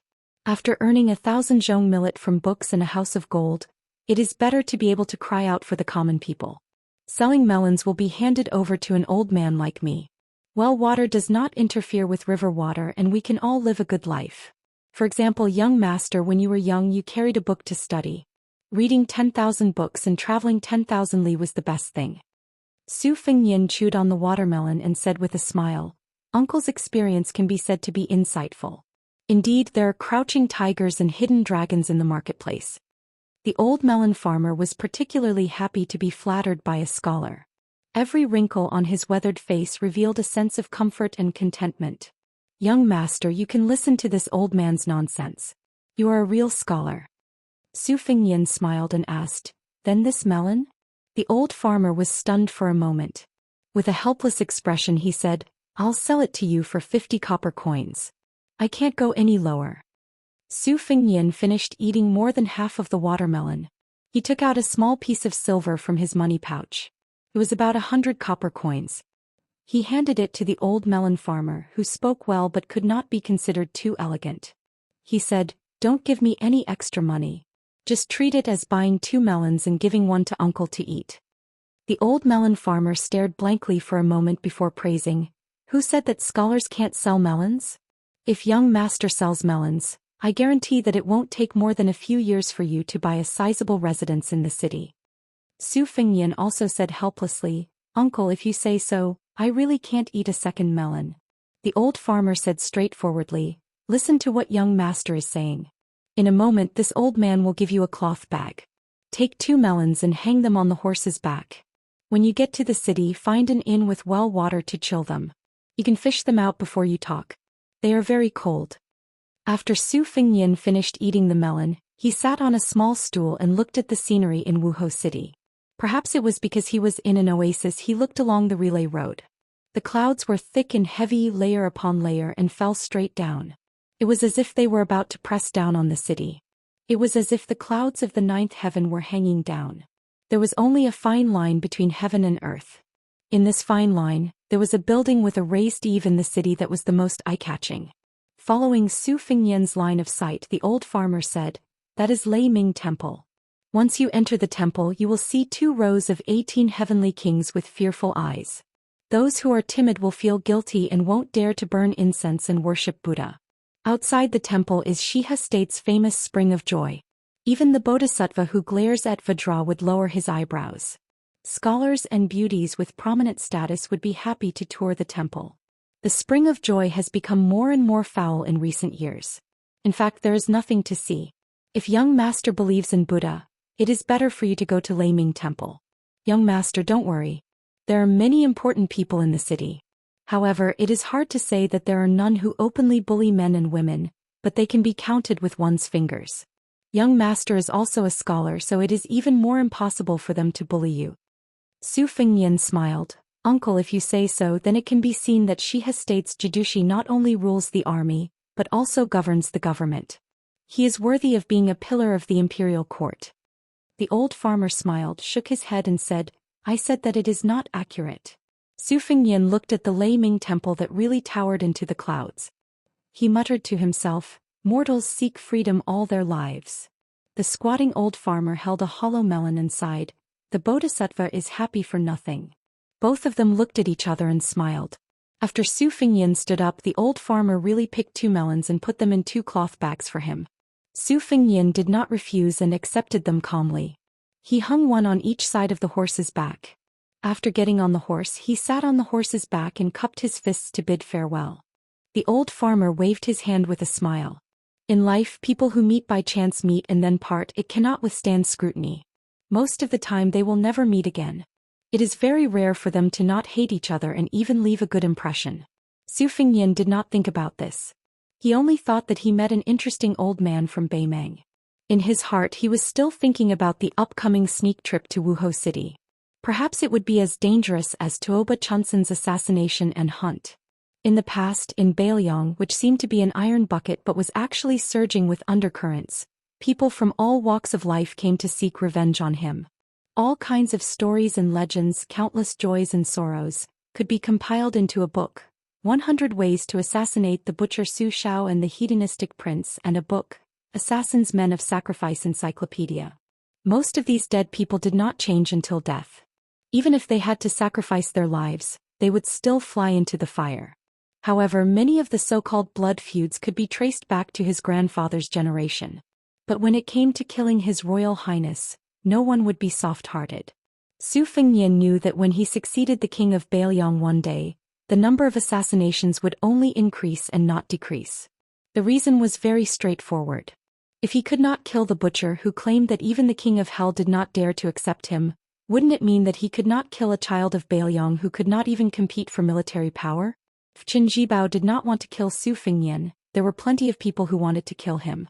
There was no need for the white-clothed warrior Immortal to kill him with a borrowed knife. Su Fengnian carried his sword, his box and his melons and headed straight for Wuhou City. Chapter 568. Zhou Tan's gentle attitude had unknowingly become a protective talisman for Lu Chen. This made Lu Chen, who had prepared for the worst, feel as if she was waiting for a knife to slit her neck, but instead she was waiting for a feather to brush against her neck. She was pleasantly surprised and somewhat at a loss. It was probably Zhou Tan's instructions that she was specially arranged to stay in a small lakeside building in the Zhou family's other residence, where she could enjoy a rare shade. Zhou Shintong and his younger brother Zhou Liang, one was a Beimang great general with great authority, the other was a top-ranked Devil Path great warlord. Presumably they would not bicker with a girl from the Lu family. However, the Lu family's temporary forbearance did not mean that the Lu family could be indifferent. After all, Zhong Gui was not worth mentioning in front of his elder brother Zhou Tan.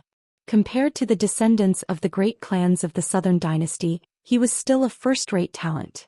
It would be unreasonable if the Lu family did not take the initiative to explain his sudden death in a foreign land.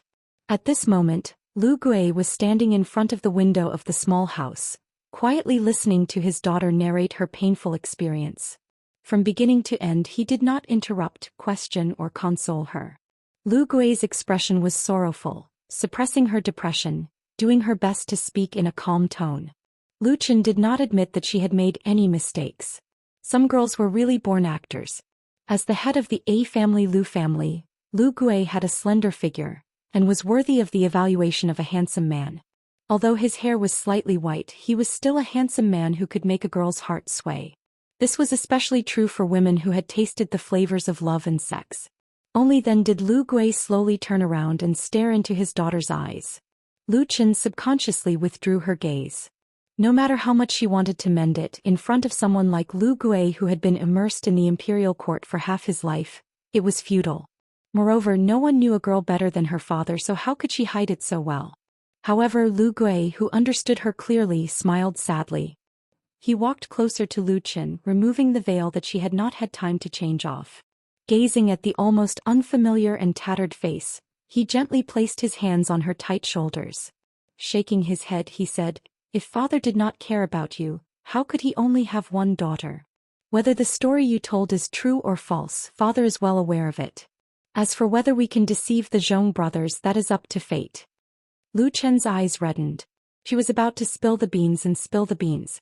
At this moment she clenched her fists, either intentionally or unintentionally. Her fingertips pierced her palms and she sobered up a little. She bit her lips and rested her head on Lu Gui's shoulder.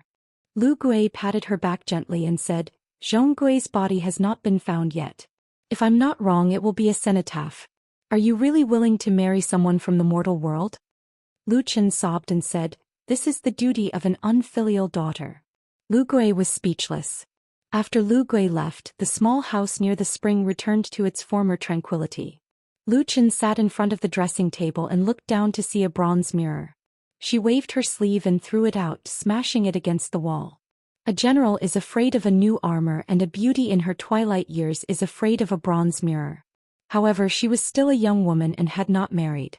After Su Fengnian entered Wuhou City, it was reasonable for him to choose a high vantage point to observe the geography of the Spring of Joy. However, he had been ill for a long time and was very familiar with assassinations and ambushes. He knew that there were many forbidden areas in the Thunder Pond. Bailiang Palace occupied a mountain as the king, with the prince's mansion as the center near Mount Qingliang as the center. The mansions of many generals and dignitaries were gradually spread out according to their positions and titles. Among them, there were also a few high-class restaurants and inns that could be used as a good vantage point to observe the prince's mansion. However, all of these precious vantage points that made it convenient to observe the prince's mansion were firmly under the control of the mansion's secret agents. When new faces from outside the city first entered the city, they would first choose these spots. 9 out of 10 of them would be secretly killed if they climbed the stairs. The reason why the last one lived longer was because the Bailiang Palace wanted to cast a long line to catch a big fish. They thought that they were smart when in fact, it was no different from committing suicide.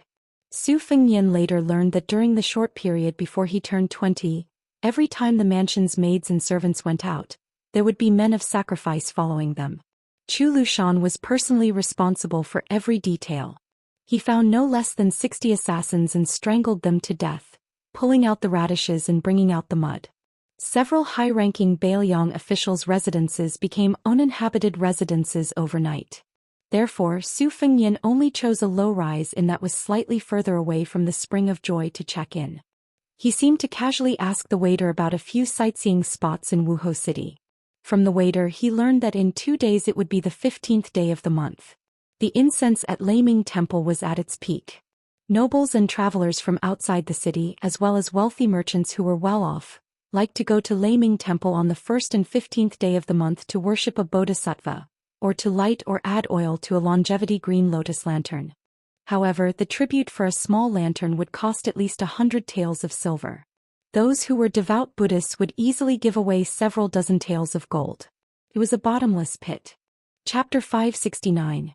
Probably because he looked down on Su Fengnian from the bottom of his heart, the waiter spoke with an air of generosity. He kept saying that if Su Fengnian didn't have a few hundred taels of silver, he shouldn't go to Lei Ming Temple to puff himself up at his own cost. Su Fengnian dismissed it with a laugh, saying that he would consider burning incense. While he was at it, Su Fengnian also praised the richness of Wuhou City, saying that as a foreigner he had broadened his horizons. Only then did the waiter's expression turn for the better, and his tone of voice became warmer. Su Fengnian received the copper key, not forgetting to give him a few pieces of silver, and asked him to hang the watermelons in a bamboo basket and place them in the well water in the backyard. The waiter said, "Good," and happily left with the 2 watermelons. He found this scholar more and more pleasing to the eye. Su Fengnian put down the bookcase, took down the spring and autumn sword and placed them on the table. Before he left, he stuck 2 silk threads between the cracks of the window and the door, which were hard to detect. When he pushed them open they would break. He then nailed the flying sword, Morning Dew, with its perfect sword embryo to the roof beam. After entering the city, Su Fengnian restrained most of his qi activity. Within 100 steps he was still concerned about Morning Dew, so he went downstairs to eat lunch. The business of the inn was bleak and there were only a few tables of customers. Su Fengnian ordered a pot of liquor and drank alone. He was relaxed and had a bit of the spirit of a scholar. Before Su Fengnian went to the north he had a lot of business dealings. Not only were there tea leaves and porcelain, but there were also a lot of antiques, scriptures, and other relics of the spring and autumn period that had been lost among the common people were also sold to Wuhou City and a few other big cities. Before Su Fengnian went to the north he had some understanding of the 8 great festival holders and the 12 great generals. Helian Wu of Shihe province was relatively unknown.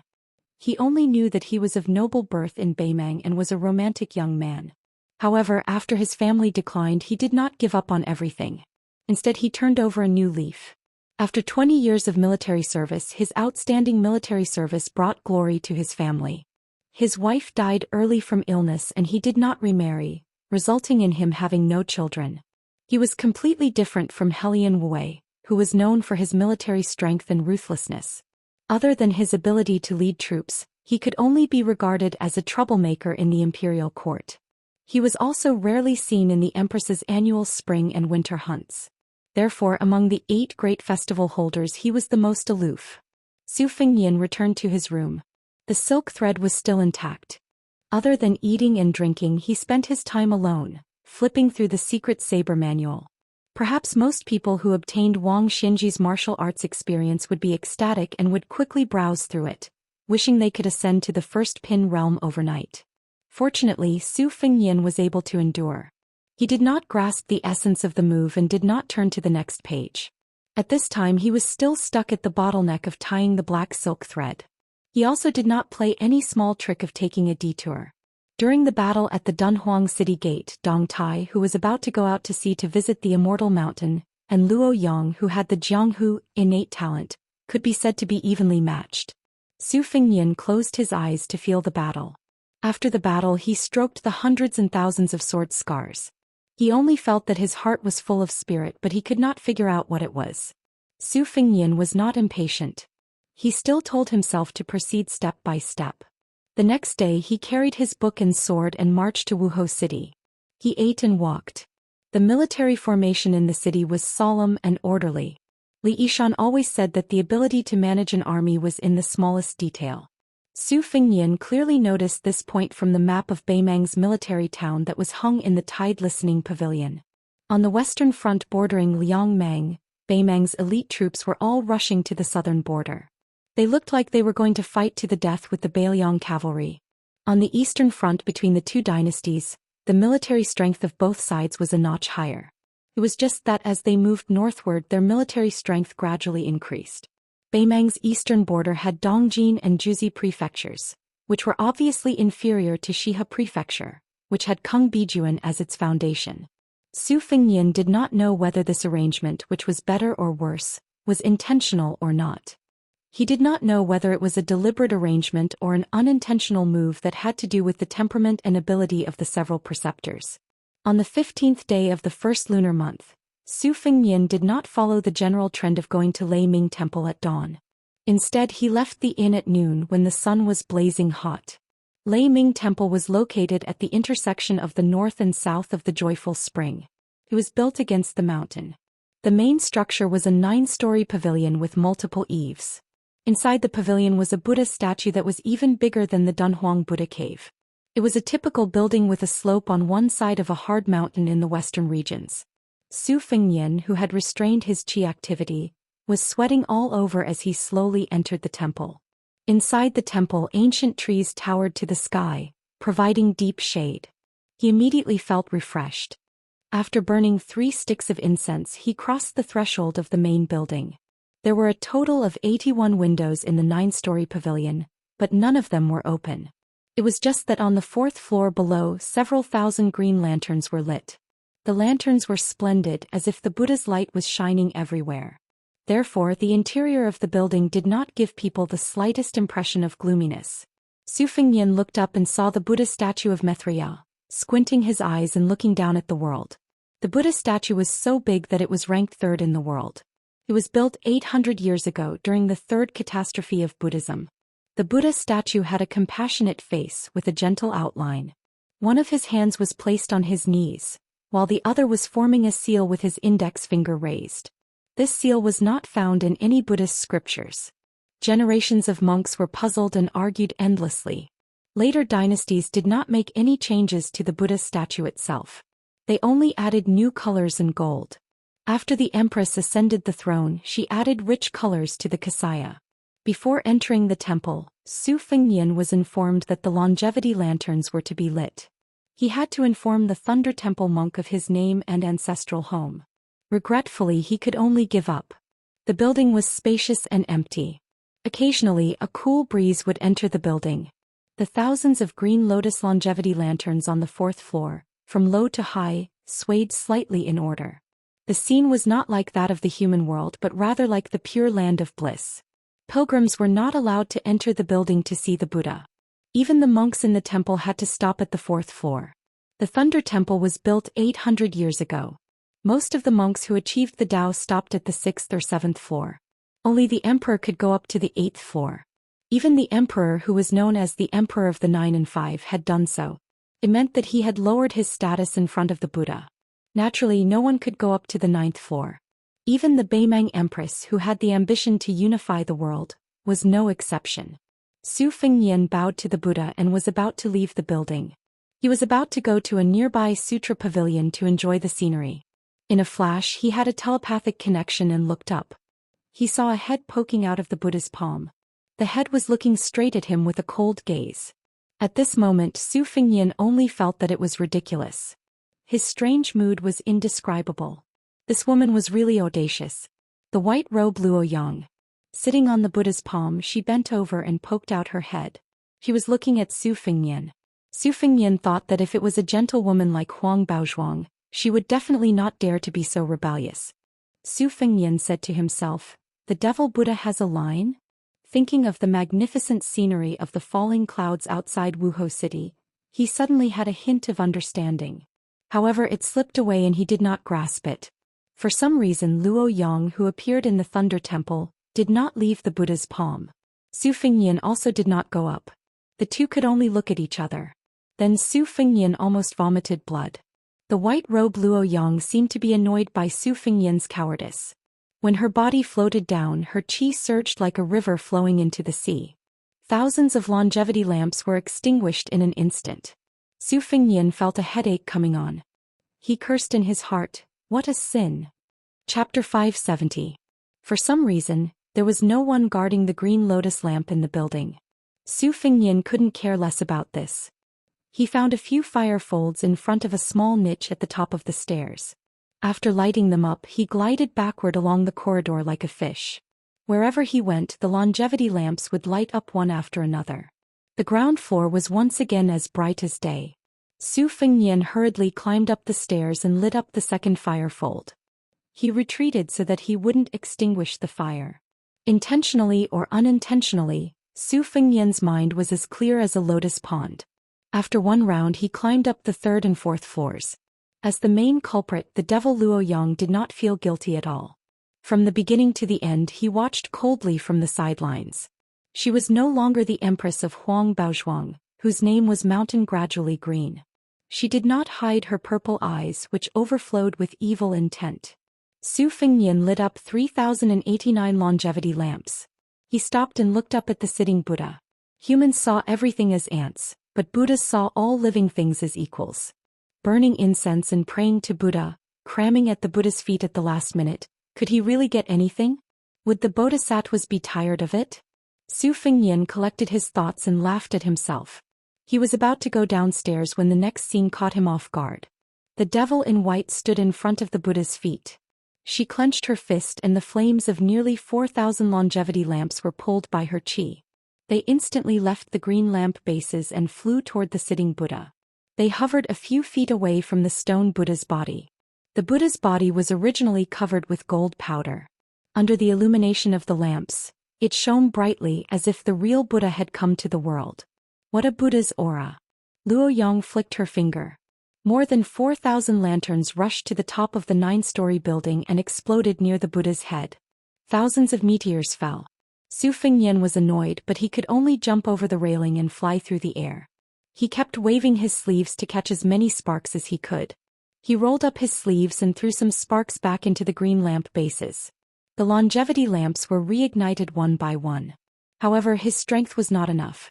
He only managed to light 700 or 800 lamps. After he landed, he went to the small niche and picked up a piece of kindling. He looked at the devil, who turned around with her hands clasped behind her back and looked out of the door. Only then did Su Fengnian feel relieved. He slowly went downstairs and stood beside Luo Yang. She did not beat around the bush and said straightforwardly, "The Zhong family is good at robbing tombs." During the chaos of the Spring and Autumn War, they obtained a bamboo slip from the tomb of King Qian of the Southern Tang dynasty. 800 years ago, the emperor of the Great Qing dynasty was buried in the territory of Shihe province. Lu Gui was proficient in geomancy and geography, so the two families joined hands to open the tomb and steal the treasure. I have no interest in the relics of the Emperor Qin, but I don't like Zhong Liang. Whatever he wants to do, I will not let him do it. Su Fengnian frowned and said, "With your great divine ability as the fourth most powerful person in the world, wouldn't it be fine if you directly killed Zhong Liang? No matter how powerful Zhong Liang is, can he compare to Dong Tai and Hong Jingyan?" Luo Yang's tone was ice cold. "Is it that simple?"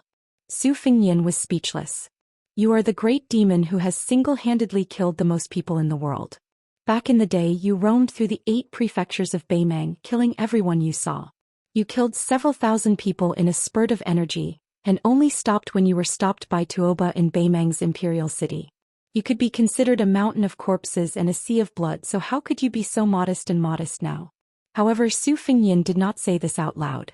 Facing the blind zither player Xue Songguan was enough for him to risk his life, but facing Luo Yang, even 10 lives would not be enough for her to kill.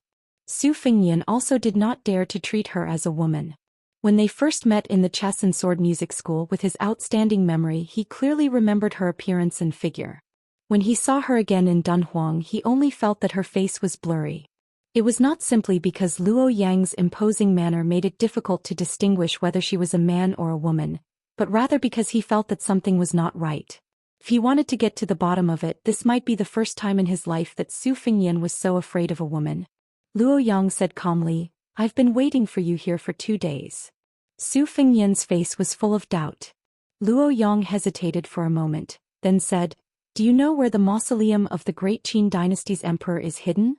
Su Fengyan held back the sarcastic sarcasm that almost slipped out of his mouth.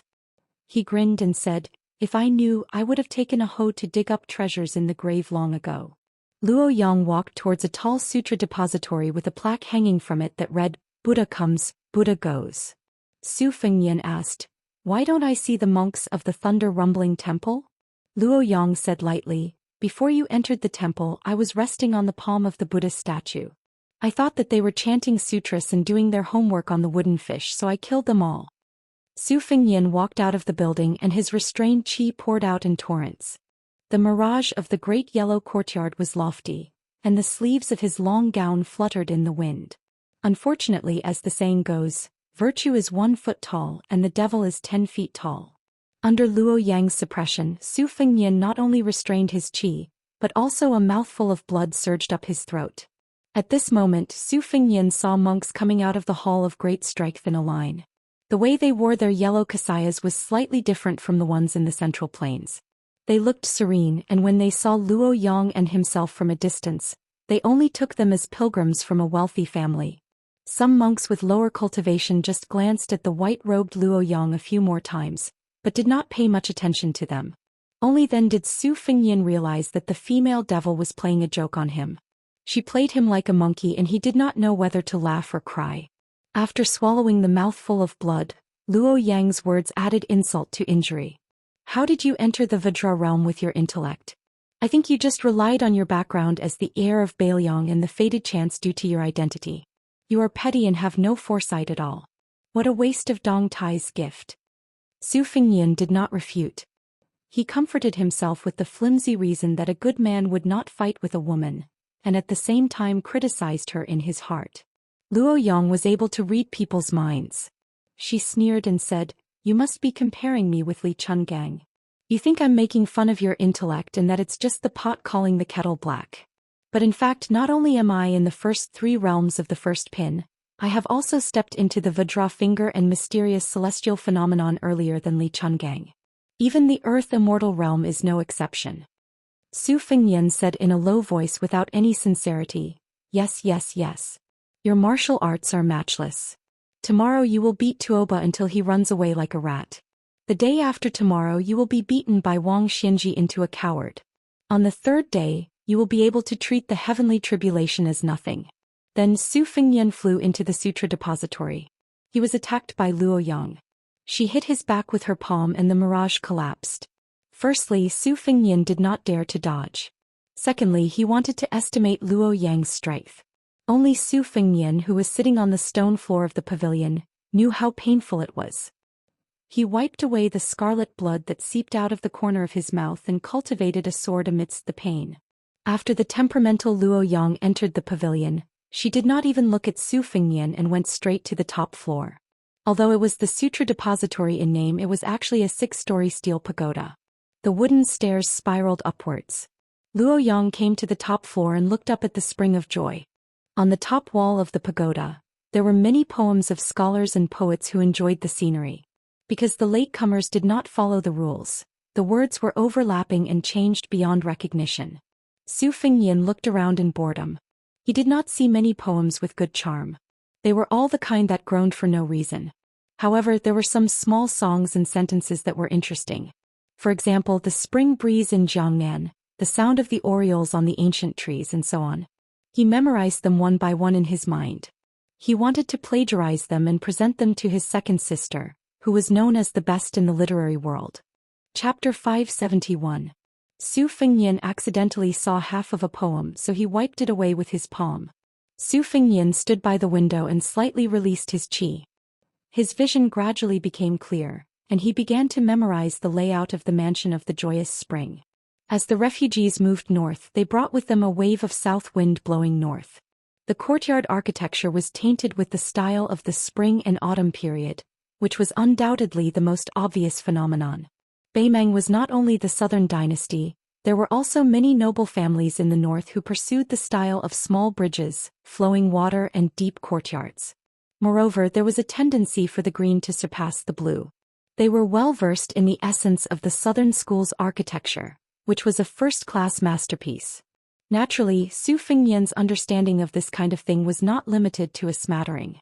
The winding corridors of the Beiliang Palace on Mount Qingliang used to be a joke in the past.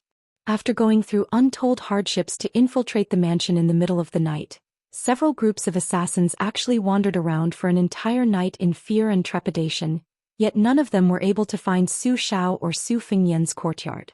After being captured, they died with their eyes wide open. These jokes had always been talked about by the servants of the mansion. After Su Fengnian's 2 travels, he could no longer laugh. He still remembered that once he was dragged by Wen Hua to peek at a woman from a landowning family whom the wooden sword ranger fell in love with at first sight. Wen Hua stood on tiptoe outside the high wall, listening to the beauty laughing on the swing inside the wall. Later, he had no choice but to let Su Fengnian bend down while he stood on his good brother's shoulder. Only then could he be considered to have seen the woman he admired. After being discovered by the guards of the courtyard, they chased after him with sticks and gave him a good beating. Su Fengnian's waist and back were sore. The key point was that every time Wen Hua solemnly vowed that he would not marry anyone else, he was unreliable. When he saw a beautiful woman again, he would change his mind at the sight of her and travel together with her. He did not know how many times they had fallen in love at first sight. Su Fengnian could not bear it, and afterward he made a dig at Wen Hua, saying that even if he sneaked into the mansion he could not be a flower thief. Luo Yang's words hit the nail on the head. She asked, "Who are you going to the north of the joyous spring to kill? Kill Helium Weiwu? Do you think you can do it? Or do you have a Beiliang spy?" Su Fengnian shook his head. "I'm just going to take a look." Luo Yang's carelessly said, "If you're not careful, you'll be spotted by the devil Zhong, who is ranked after me. Even if you live, you'll lose a few layers of skin." Su Fengnian pretended to be silly and smiled. "I don't plan to cause any trouble. I don't have much money on me. I'm just going to steal a few valuable items." Luo Yang said calmly, "I'll go with you." Su Fengnian immediately refused. "Please don't. I'm going to be a thief, not a devil who kills to silence witnesses." Luo Yang turned her head and laughed. "I won't expose your whereabouts. I'm just curious about what kind of shady business a Beiliang heir is up to. Actually, you know very well that I didn't kill the innocent in Wuhou City, and most likely I won't go to the joyous spring to start a massacre. Don't pretend you don't know and treat me like a fool. You'll have to wait until you've reached the celestial phenomenon realm and have the qualifications to fight me. But with your level of comprehension, I don't think it'll be easy for you to reach the resonance of heaven and earth." Su Fengnian was exposed, so he didn't try to hide anymore. He openly looked at the layout of the mansion that stretched across the joyous spring. Luo Yang suddenly said, "How about we ask each other something and we answer each other's questions?" Su Fengnian thought for a moment and asked, "I'll go first." Luo Yang said bluntly, "No. You've already asked and I've answered. It's my turn to ask." Su Fengnian felt extremely sullen. Luo Yang wasn't the graceful Huang Baozhuang. When had she ever been kind to others, let alone be considerate? She ignored Su Fengnian's gloominess and asked directly, "What is your ultimate goal in coming to Beimang?" Su Fengnian was silent. Luo Yang waited quietly. Su Fengnian rubbed his cheeks. For the first time since he went to the north alone, he spoke softly, "To meet an extremely important person. 20 years have passed and even my father doesn't know if he's still trustworthy. To confirm this, other than Su Xiao and me, the hereditary heir of Beiliang, no one else has the qualifications to verify the answer. If I want to meet him, I have to do something to make him feel that I'm worthy. Otherwise, just being the heir of Beiliang won't be enough. I can't and I don't want to tell you any more inside stories. In any case, I know that if he really does rebel against Beimang and then against Beiliang, I'm destined to die in Beimang on this journey north." Luo Yang nodded, satisfied with Su Fengnian's honesty. She said, "It's your turn to ask." Su Fengnian asked cautiously, "Is Huang Baozhuang really dead?" Luo Yang didn't answer directly. After skipping the first question, she asked the second one expressionlessly. If you succeed in this gamble, will you be able to secure the position of King of Bailiang in the future? Su Fengyan said unhappily, I still can't. Luo Yang laughed coldly. His Royal Highness is so pitiful. Su Fengyan didn't quibble. He asked, what are you going to Aquarius Prefecture for? Luo Yang pursed her lips and replied, there's a fish in the northern darkness. Toba has been waiting for a weapon for a whole 30 years. I'm going to ruin his good fortune. At the very least, I'm going to fight. First you had a sword duel with Dong Tai. Then you obstructed the Zhong family's treasure hunt. Now you're going to find trouble with the Beimang military god. Can't you stop for a bit? Su Fengyan was shocked beyond words, but he quickly regained his composure.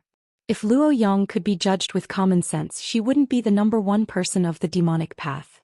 Luo Yang asked a thorny and unlucky question. If you die in Beimang, do you need me to collect your corpse and send it back to Bailiang? Su Fengyan sighed. Then I'll thank you in advance. Luo Yang suddenly smiled sweetly.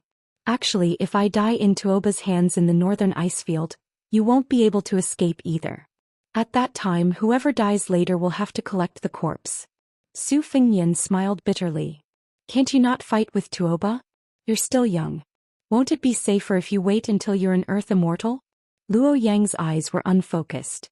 She looked into the distance. Things that I'm confident in are boring. Su Fengyan said softly, it's just that I can't beat you. Otherwise I'd say you're really pretentious. Su Fengyan, who was playing a word game, was soon beaten into the wall. After he landed, he patted the dust off and slowly breathed in and out. He was angry, but he didn't dare to say anything.